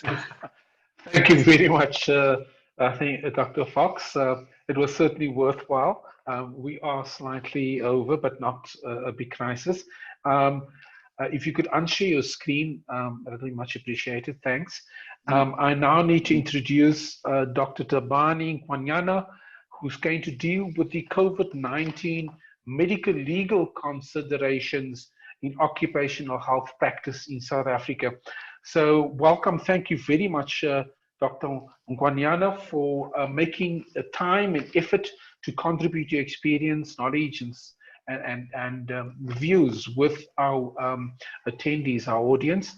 As part of a brief introduction, whilst Dr. Nkwanyana gets the PowerPoint presentation ready to share with us,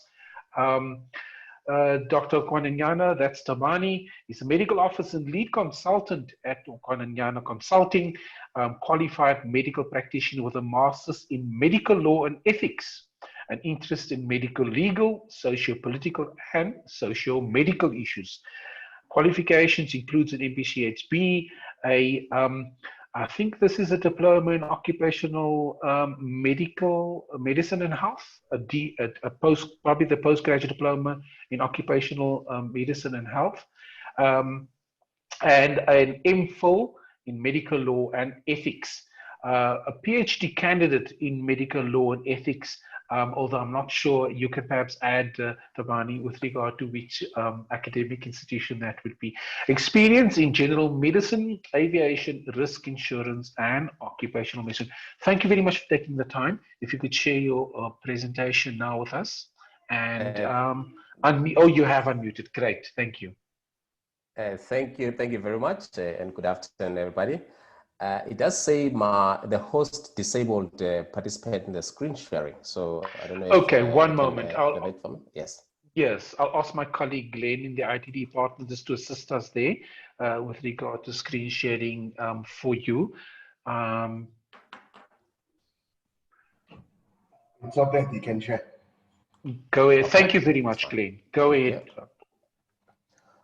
Okay.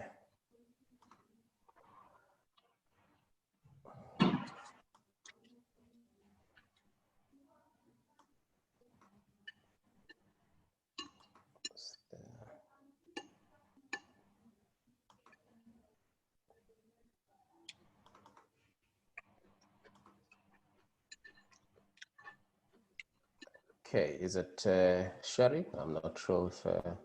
Yes, it is sharing. You just need to maximize your slide. At the moment, we can see both the smaller versions on the left as well as your notes at the bottom and your slide is there. That's perfect. That's perfect. Oh, thank you. There we go. Please proceed. Okay, thank you very much.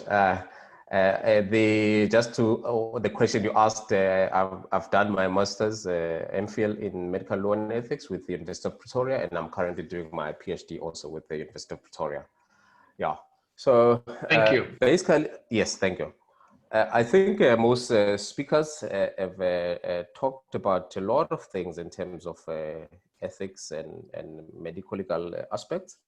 So, which I think this is quite suited in terms of what they've covered, because what I've prepared here is really just to kind of get conversations going around certain issues about the medical legal aspects during this time. So, just briefly on the introduction, things I would like to look at. Obviously, when the pandemic is been declared. You have a lot of public health measures that we want to look at and see what are the implications of those in terms of the medical officers and nurses and perhaps all other healthcare workers. And then I'll just base as well on the legislations as to what changes during a national disaster, for instance, as opposed to any other circumstance. And then a brief in terms of some of the limitations in terms of Constitution and the Bill of Rights. And I think they've also talked a lot, other speakers, on the occupational and other labor related matters. And then medical legal issues in terms of what things that can go wrong. And then a brief on the ethics again, as all other speakers have also spoke about. So basically the declaring of a pandemic, this is driven by the World Health Organization, and based on the circumstances on how fast the disease is spreading and how many countries it is affecting, then the countries that subscribe to the World Health Organization are guided by this to say what measures they all need to put in place once the disease has been declared a pandemic. So in South Africa, for instance, we watched the events as they unfolded, and the government then declared a state of national disaster, which is governed by a National Disaster Act as well, slightly different from a state of emergency, which is more serious where the country is a threat for wars, for instance. So a state of national disaster was declared, and that declaration of a state of national disaster invoked certain limitations, such as the limitations that are mentioned in the Section 36 of the Constitution. So you will know that constitutionally, we have a certain rights, the Bill of Rights, which talks about a whole lot of things, such as freedom to choose, freedom of association, freedom to of movement and all that. But with that Constitution and the Bill of Rights, there's a section that talks about limitations. And these limitations include circumstances such as when a state of emergency or state of national disaster has been declared. And again, briefly on the implications, which you of course have seen, and people have challenged it also even in court. You get people that are subjected to such compulsory quarantine, for instance, and even forced isolations. And I mean, speakers have talked about what happens if somebody refuses to be tested, refuses to be isolated and all that. So during a state of national disaster, then those limitations into your rights comes into place, which means you could be forced into isolate. Again, if it's seen as being fair and as being in the public interest, for instance. The other possible problem or implication there is that the government might also be forced to disclose your personal information.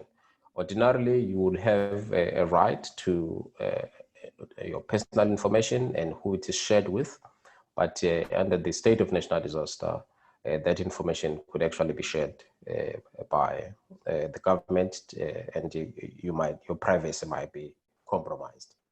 And broadly also, there might be a whole lot of human rights violations. As we have seen, the military get deployed, the police get deployed into the streets and all that, which means that in terms of a spectrum of human rights, there could be a whole lot of rights that get violated during the state of national disaster. Okay, so I've touched briefly on the Constitution and the Bill of Rights, and if you look at these, it states categorically that all citizens, all persons have the right to their confidentiality and the right to privacy, right to personal, particularly medical information, and the right to choose, which means I have a right to choose where I want to go for my health care. I have a right to choose as to which facility I go to and all that. And all these can be affected during a state of disaster. I see somebody raise the hand. I don't know if we take questions during the session. No, we're not taking questions during the session. We're asking our attendees to just type their questions in the Q&A box, and replies will be posted for them there. It's not a good idea for us to proceed with questions with a large number of attendees we have. Please proceed. I might raise a question. I'll look for that person's question and raise it once you're done. Okay, that's fine. Thank you. Okay, so and the biggest thing again has been the right of freedom, right to freedom of movement, and other rights. There's a wide range. People's dignity could be affected. The access to healthcare when you're dealing with the overloaded health systems could be affected. So these are some of these just basic rights, and the issue about justice, in particular distributional justice, where there might be now limited resources, you might be turned back, you might not have access to certain services because the system is overloaded. Those are some of the limitations that will come with this state of national disaster, particularly if there's a pandemic. Okay, so there is also a few implications in terms of occupational and labor issues. The main thing with occupational is just the health and safety aspect. And we're going to again talk about issues such as now have you got enough PPE, and what should happen if you don't have enough PPE, and people have covered that as well. But it's really just the soft aspects here that we're going to talk about to say, do you have a right to refuse to treat the patient because you don't have the PPE, and what could be the consequences of that in terms of the labor laws. And again, people can be even exposed to forced work or even limitations of their leave, which means during a pandemic or during a state of national disaster, particularly for healthcare workers, you could be subjected to limitations such as you cannot take leave during that period, which most people might see as a violation of their own labor rights. And also you must be forced to work, you might be forced to work or even put on extra hours. And there also is a huge risk of job losses, including dismissals, particularly as people are concerned about their own health and exposure. They might also maybe slack in terms of the work that they are doing, which might expose them to dismissals. And also some of them might blatantly refuse particular orders to seniors, and that can be seen as insubordination. But it could be because of their concern about their health. So it's about all those balances as to what it could be the implications during this time, and also maybe what courts consider. Should there be a case, a CCMA case, or other disputes, for instance? Okay, so just in terms of the health and safety for healthcare workers, we do have an OSH Act which prescribe the general duties of the employer.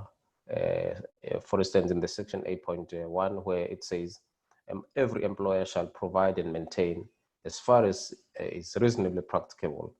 And again, there's a lot of keywords that are in this statement, which is also something that can be tested as to whether was the situation reasonable, was it practicable? So, because it does protect employers somehow, where it is found that it is maybe reasonably impracticable for them to provide that safe environment. So it says every employer shall provide and maintain, as far as is reasonably practicable, a working environment that is safe and without risk to the health of his employees. And then we know, for instance, just that last statement alone to say, if we say without risk, do we mean zero risk, or really that we mean that it must be mitigated and minimized as much as possible, as we know that risk is inherent. But as a healthcare worker as well, the risk tends to be inherent, and there has been calls for some of the work that we do during this time to be classified as dangerous work such. But those are all the implications that we have to look at to say, what are the duties of the employer, and what happens if the employer is not adhering to these in the first instance, because there should be at least a balance of what the employer offers and how reasonable that is versus to say resources. And in our case, for instance, most healthcare workers where there's government resources that are at stake, and looking at also all the matters of distributional justice as to whether is it fair perhaps to put all resources to, for instance, PPE, and compromise the health of the patients as well. So that's a balance that has to be looked at, and the courts look at those things as well. The other aspect of health and safety in the OSH Act is that duty to inform. So the employers also have a duty to inform as far as also reasonably practicable, and make all their employees aware of the hazards that are associated with their work, which means if you are exposed to COVID, or maybe there's an outbreak at the hospital or where you work, the employer has to inform you to say there's an outbreak and this is how dangerous it is, should you be not aware of that. So these are just in the general duties. Okay, and you also as a healthcare worker have a duty to protect your own health, because you can't leave everything to the employer to say, well, you need to protect me, which means you also have to stand for yourself to say, I have a duty to protect my own health, especially during this time. And which means you must take the current public health advice and take necessary precautions. And also the question here is, what do you do if you want to protect your health, but at the same time, you have to put your life in the front line and maybe most other circumstances without protective equipment. Okay, so the other quick one, which I will not dwell too much on, is an issue of compensation. To say, can healthcare workers feel that they actually can be compensated should they be affected by COVID? And the categories I've put in here is really where the Ministry of Labor has come up with to say under which circumstances they can actually be able to meet you halfway, which means if you're temporarily totally disabled, you actually could be taken care of.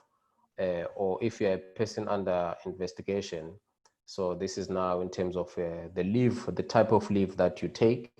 And most places have made it possible for you to take leave without eating into your annual leave, for instance. And then if you become a confirmed case, most employers have been able to, especially in the health sector, have been able to give you time out, which means you could just be given time for quarantine and without tapping into your ordinary sick leave. But obviously there could be other circumstances where you become permanently disabled. And also should you be needing medical care and maybe you are not treated in a public facility, the employer has an obligation also to make sure that they pay for your medical bills. But obviously that also can be weighed in terms of why maybe you couldn't be treated at a public hospital. But this becomes an issue just when maybe a person uses their own medical aid without getting an authorization first. Then it ends up an issue to say how to then claim that, because this is more paying for health services rather than the money that comes to you as such. And then the death benefits also to say they can take care of your funeral as well, and then what are the lump sums that get paid after you die. Okay, so just on the medical legal risks, because during this time then you get exposed to a lot of risks medical legally, which pose a challenge in that you actually could be sued. There could be a case of medical malpractice against you.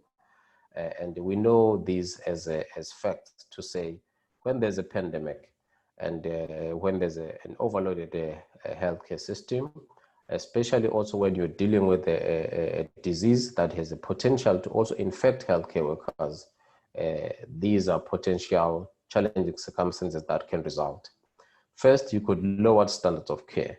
And we'll talk briefly about that as to what it means in that now, what would have been a generally accepted standard of care during the times of pandemic that can be lowered, which means there's a potential risk there that somebody could claim that the standard of care was low and maybe then it risks them, whether resulting to disability or personal injury or some form of claimable problem there. And we also know that patients can be neglected. We've had circumstances where people are treated under the tents, or maybe they are placed somewhere and they are forgotten and they die in that circumstance and all that, because there's high numbers, shortage of staff and all that. And the patient neglect is also a serious consequence in terms of people being sued, especially the state, because there's a potential there for somebody to say, I was left there to die, I was left there to be disabled, and from them or their families, then there's another huge risk. And the other big issue also, which we're going to talk about, is that possibility of departing from the established procedures to care for patients, which means if a patient comes into a hospital or medical emergencies, or maybe to the clinic, there might be a deviation from what used to be established protocols, which might result in delays of care, which might result in certain procedures not being done. Some of the procedures might be life-saving because then everyone is thinking about COVID infection and worried about it. And the other softer parts is where there could be breaches of confidentiality and other rights such as privacy, where now people are putting into common areas and their information needs to be shared with the NICD, needs to be shared with the laboratories, needs to be shared with the researchers, and maybe with the media as well. So that might be a breach. And then also these other prejudices and the human rights violations and abuses, which is also a broader concept, but it could mean a whole lot of things, such as patients being assaulted, such as patients being forced into maybe certain procedures that maybe they have not given informed consent and all those things. Okay, so just on those risks, we also know that as part of the World Health Organization declaring this a pandemic, then there was a sudden pressure on all governments, all states, for instance, to now mobilize resources, which means it is possible for people that maybe had not worked in a medical emergency or in a medical ward for a long time, and now they might be roped in to say, you now have to come in and assist. You might bring in people that are retired to say, come in and assist, and all those. So they have to look at what are the consequences of working outside your usual field of practice, because if something goes wrong in there, you actually may not be regarded as an expert or having enough experience to be practicing in that area. And also, I mean, you have a national call where government calls for everybody to come and assist, all healthcare workers, retired, volunteers, and all those things, to say, what are the implications of that should something go wrong? Okay, so in terms of the possible medical litigation cases, the main one could just be professional misconduct, which is also broader. It could be that maybe healthcare workers start not giving proper treatment to patients. Maybe they might be avoiding and there might be gross negligence or neglect. And also the issue of just negligence, where maybe just wrong procedures, wrong things, wrong medications are given to the patients, causing injuries and all that. And also there could be claims relating to the loss of life, where people die either due to neglect, either due to other circumstances there, to say maybe the certain procedure or life-saving operation was not performed because now we were worried that the patient might have COVID, because the turnaround time when you maybe get tested at the hospital before you go into the theater for a procedure, it might take a long while, and perhaps also personal injuries. And there could also be claims for poor standards of care, as I had mentioned earlier. And some people could also claim in terms of discrimination, to say they were discriminated against, or maybe a certain injustice or prejudices. Particularly, people could say they were discriminated because of their age. For instance, if you talk about dilemmas where now you must decide who gets to be ventilated, who doesn't get to be ventilated, who gets to be resuscitated, who doesn't get. And there could also be racial discrimination. Again, when there's a competition for resources, some of the social ills and injustices also have a high risk to be at play. And then there's another potential area for litigation. And then just generally all other human rights violations that a person might feel that whatever way they might feel violated during this time, to say, I have freedom, we live in a democracy, you cannot do this to me. You cannot just force me into accepting a certain procedure that needs to be done, or accepting a test, or forced isolation, or forced quarantine, and all that. Those are things that people can take you to court for. Okay, just if you look at what courts obviously look at, if there's maybe a professional negligence case and the standard of care, it is important for all of us to understand how claims and the negligence can arise, and obviously for you to know what this description of that is. And of note or of importance there is that reasonability test, which looks at whether was it within reason, was it reasonable, whatever the circumstance had been there, and whether was it just a gross negligence on the healthcare workers' part? Because those are the things that the courts look at. So it's quite important for us to say, even if it's during this pandemic and we know that the standards of care can be lowered, but again, you can still be assessed in terms of whether the care that you provided, was it reasonable or was totally unreasonable? Okay, so, and then there will be certain things that maybe are like obvious in terms of dilemmas, medico-legal issues that can be challenged, and there will be the others that are not so obvious. For instance, the common things that we faced with is deciding on who needs to be ventilated, who needs to have an ICU care when the demand exceeds our resources. And in other rare circumstances, some patients have to be removed from the ventilators and put in certain other patients on those ventilators. And you could also look there whether is that not now becoming an unlawful killing or some form of euthanasia when somebody is removed.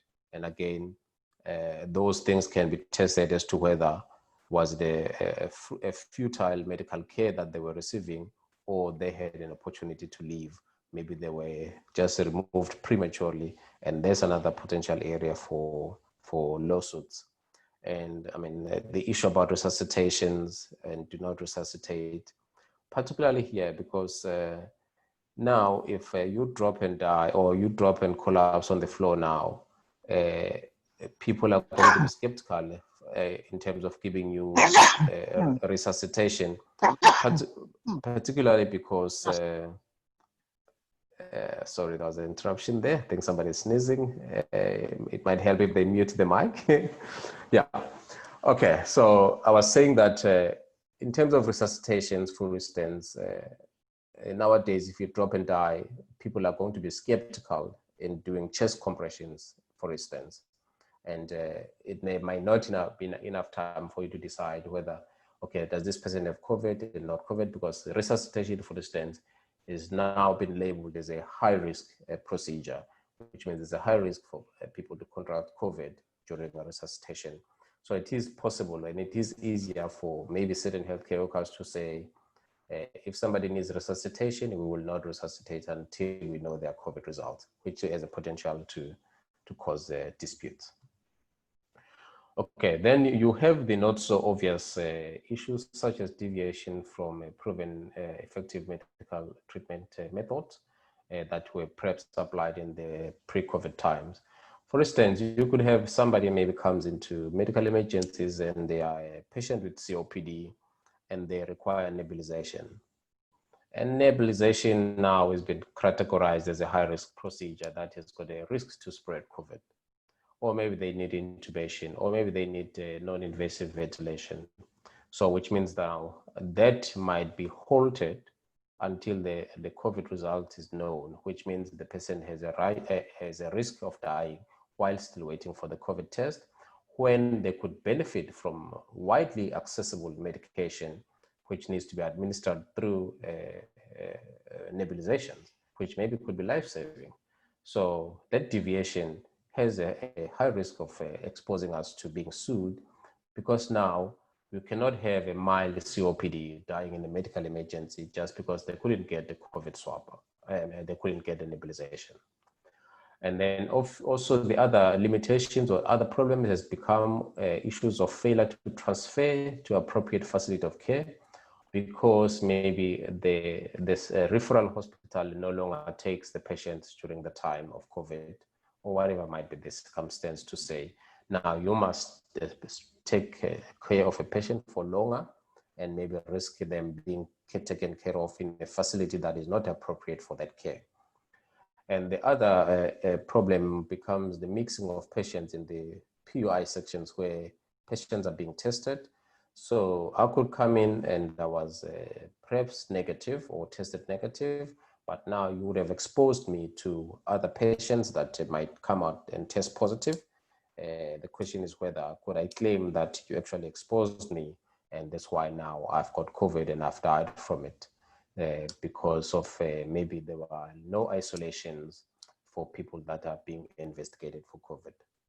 And the other thorny issue is where people are infected at the healthcare facility or even by the healthcare workers, to say if a nurse or a doctor contracts COVID and pass it to patients, do patients have a leg to stand on to say, I actually got infected by the doctor, if they can prove it, and whether that can be a claimable circumstance.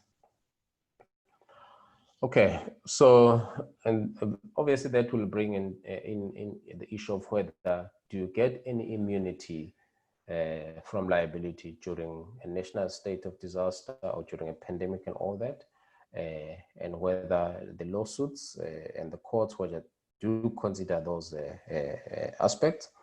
And the principles in there is that the courts will look at the good faith principle to say a good Samaritan, somebody who was intending to help with no harm intended, and obviously considering their scope of practice and their expertise and all that, and whether they've worked in that circumstance or not, those are things that they will be considered. And the other circumstances, the courts also know that when you're providing care under difficult circumstances, such as having to be careful about, already the physical examinations are limited because of COVID and the risk of exposure. So courts look at those to say, do we have to make that balance and make a decision where it was not just pure negligence, but it was working under the difficult circumstances under the pandemic. And then also they look at where maybe these were volunteers that had responded to the government's call to come and assist. It would have been retired people who may not be familiar with what is the latest in terms of medical practices. And again, they'll still look at that and see how much out of your scope of practice you went. And then there's other concept which is called vicarious liability, where your employer actually can maybe just cover you to say you came in to help, which means if there's any liability that or there's any claim, then we'll assume protection for you in that circumstance. But in most circumstances, even with all that is above that is mentioned there, for gross negligence, you might still be left on your own if all what you did was grossly negligent and maybe outside your scope of practice, totally unreasonable, again, based on the reasonability test, which means you could still be held accountable. And we cannot assume that because it's COVID times, you cannot be charged with the gross negligence and maybe face the music in terms of that. Okay, so which means then almost coming towards the end, there are guidances, and in terms of core ethical values and standards for good practice.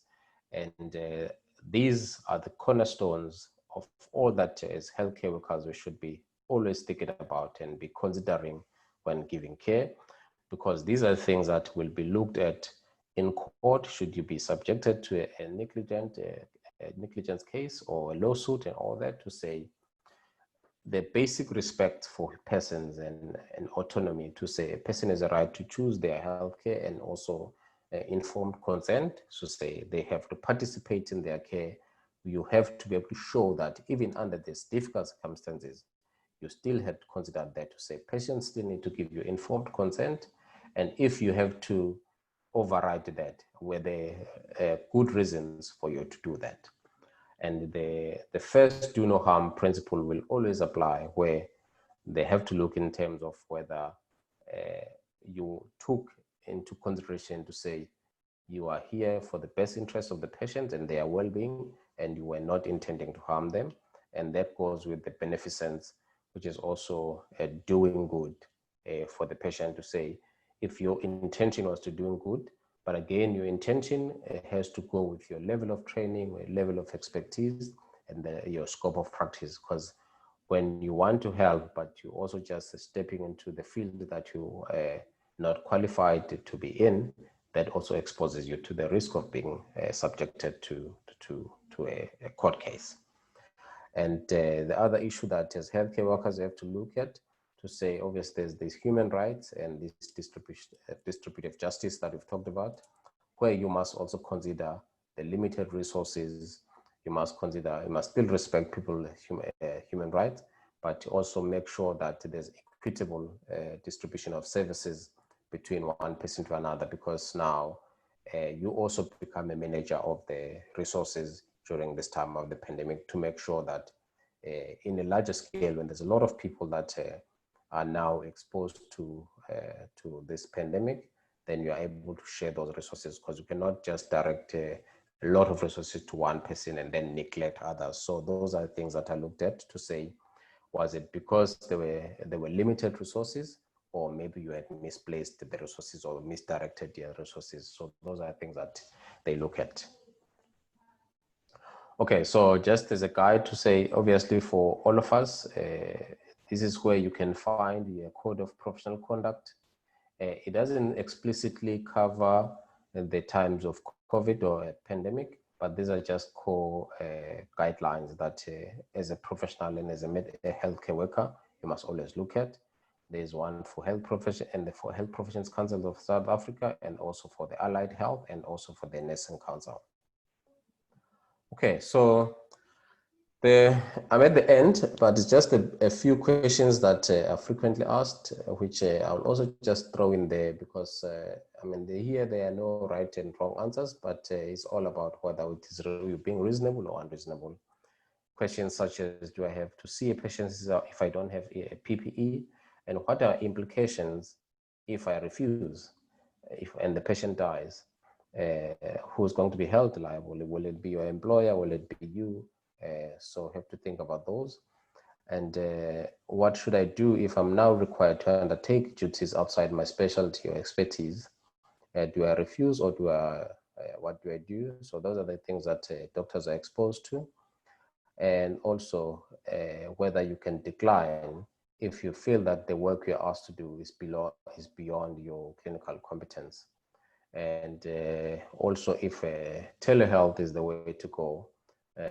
Telehealth has now been changed, or this is what used to be called telemedicine. HPCSA has changed it to telehealth because now it covers beyond just medicine, which means even the psychologists and other people can do telehealth.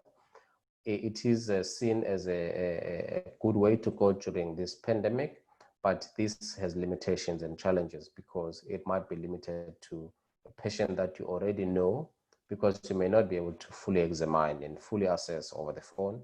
But for somebody that you already know that maybe is a chronic patient to you, you can be able to do telehealth on them. Or for psychologists, for instance, where maybe all they need to do is counseling and psychological advice, they might be able to conduct the telehealth. So those are things that I wanted to cover this afternoon. And I think that takes us to the section for the questions.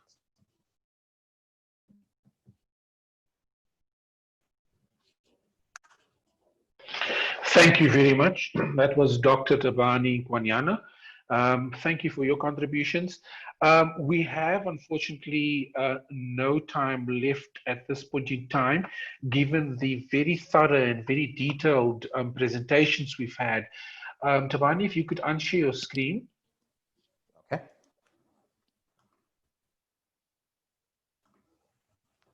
Thank you very much. And so at this point, I'm left with a minute or two just to say thank you to all of you. There was one last question. I see it's now been answered in the Q&A box, and essentially dealt with compensation matters, which we have done on a number of occasions on the previous webinars, and those webinars you will find on our website, that is www.nioh.ac.za, www.nioh.ac.za, and that website is zero-rated by all of the mobile service providers and one internet service provider. So please visit the NIH's website. So at this point, I need to thank Dr. Brenda Kubheka, Dr. Murray Coombs, Dr. Frank Fox, and Dr. Thabani Nkwanyana. Thank you very much for your contributions today to the ethical considerations of health and safety personnel in the workplace around COVID-19. And judging from the comments in the chat box in particular, I think to all of you, Dr. Kubheka, Dr. Coombs, Dr. Fox, and Dr. Nkwanyana, there's been amazing positive feedback and comments on your contributions. and people indicating quite clearly that there may have been new information and new knowledge that they've gained also in this process, given the context of the particular challenge we face also within COVID-19. I'm not surprised. So thank you very much for your contributions. I'm unable even to ask you for final comments at this point in time. And so just to conclude, I need to just also advise everybody that if you've got any further questions, please email those questions to info, that's INFO, info@nioh.ac.za, info@nioh.ac.za, and we will also share those questions that you might have with the presenters, and to hear if they have any additional feedback for you. For those who asked about the presentation slides, it will be shared on the website again, that is www.nih.ac.za. Please visit the website. All presentations, audio and video recordings, as well as a host of posters and other infographics and useful resources you'll find on the website.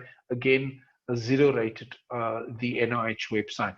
And just then, our next topic, and if I could just very perhaps briefly share that with you, and it'll take me a minute. I know we have reached the time, and so I'm going to quickly share with you the particular slide there. Our next topic is on the 18th of September. There may be another one just prior to that. And you will see that it is in collaboration with the South African Institute for Occupational Hygiene, SIO, on the 18th of September at 10:30 again. And we're dealing with a panel that will look at the issue of the use of fabric masks and masks with vents.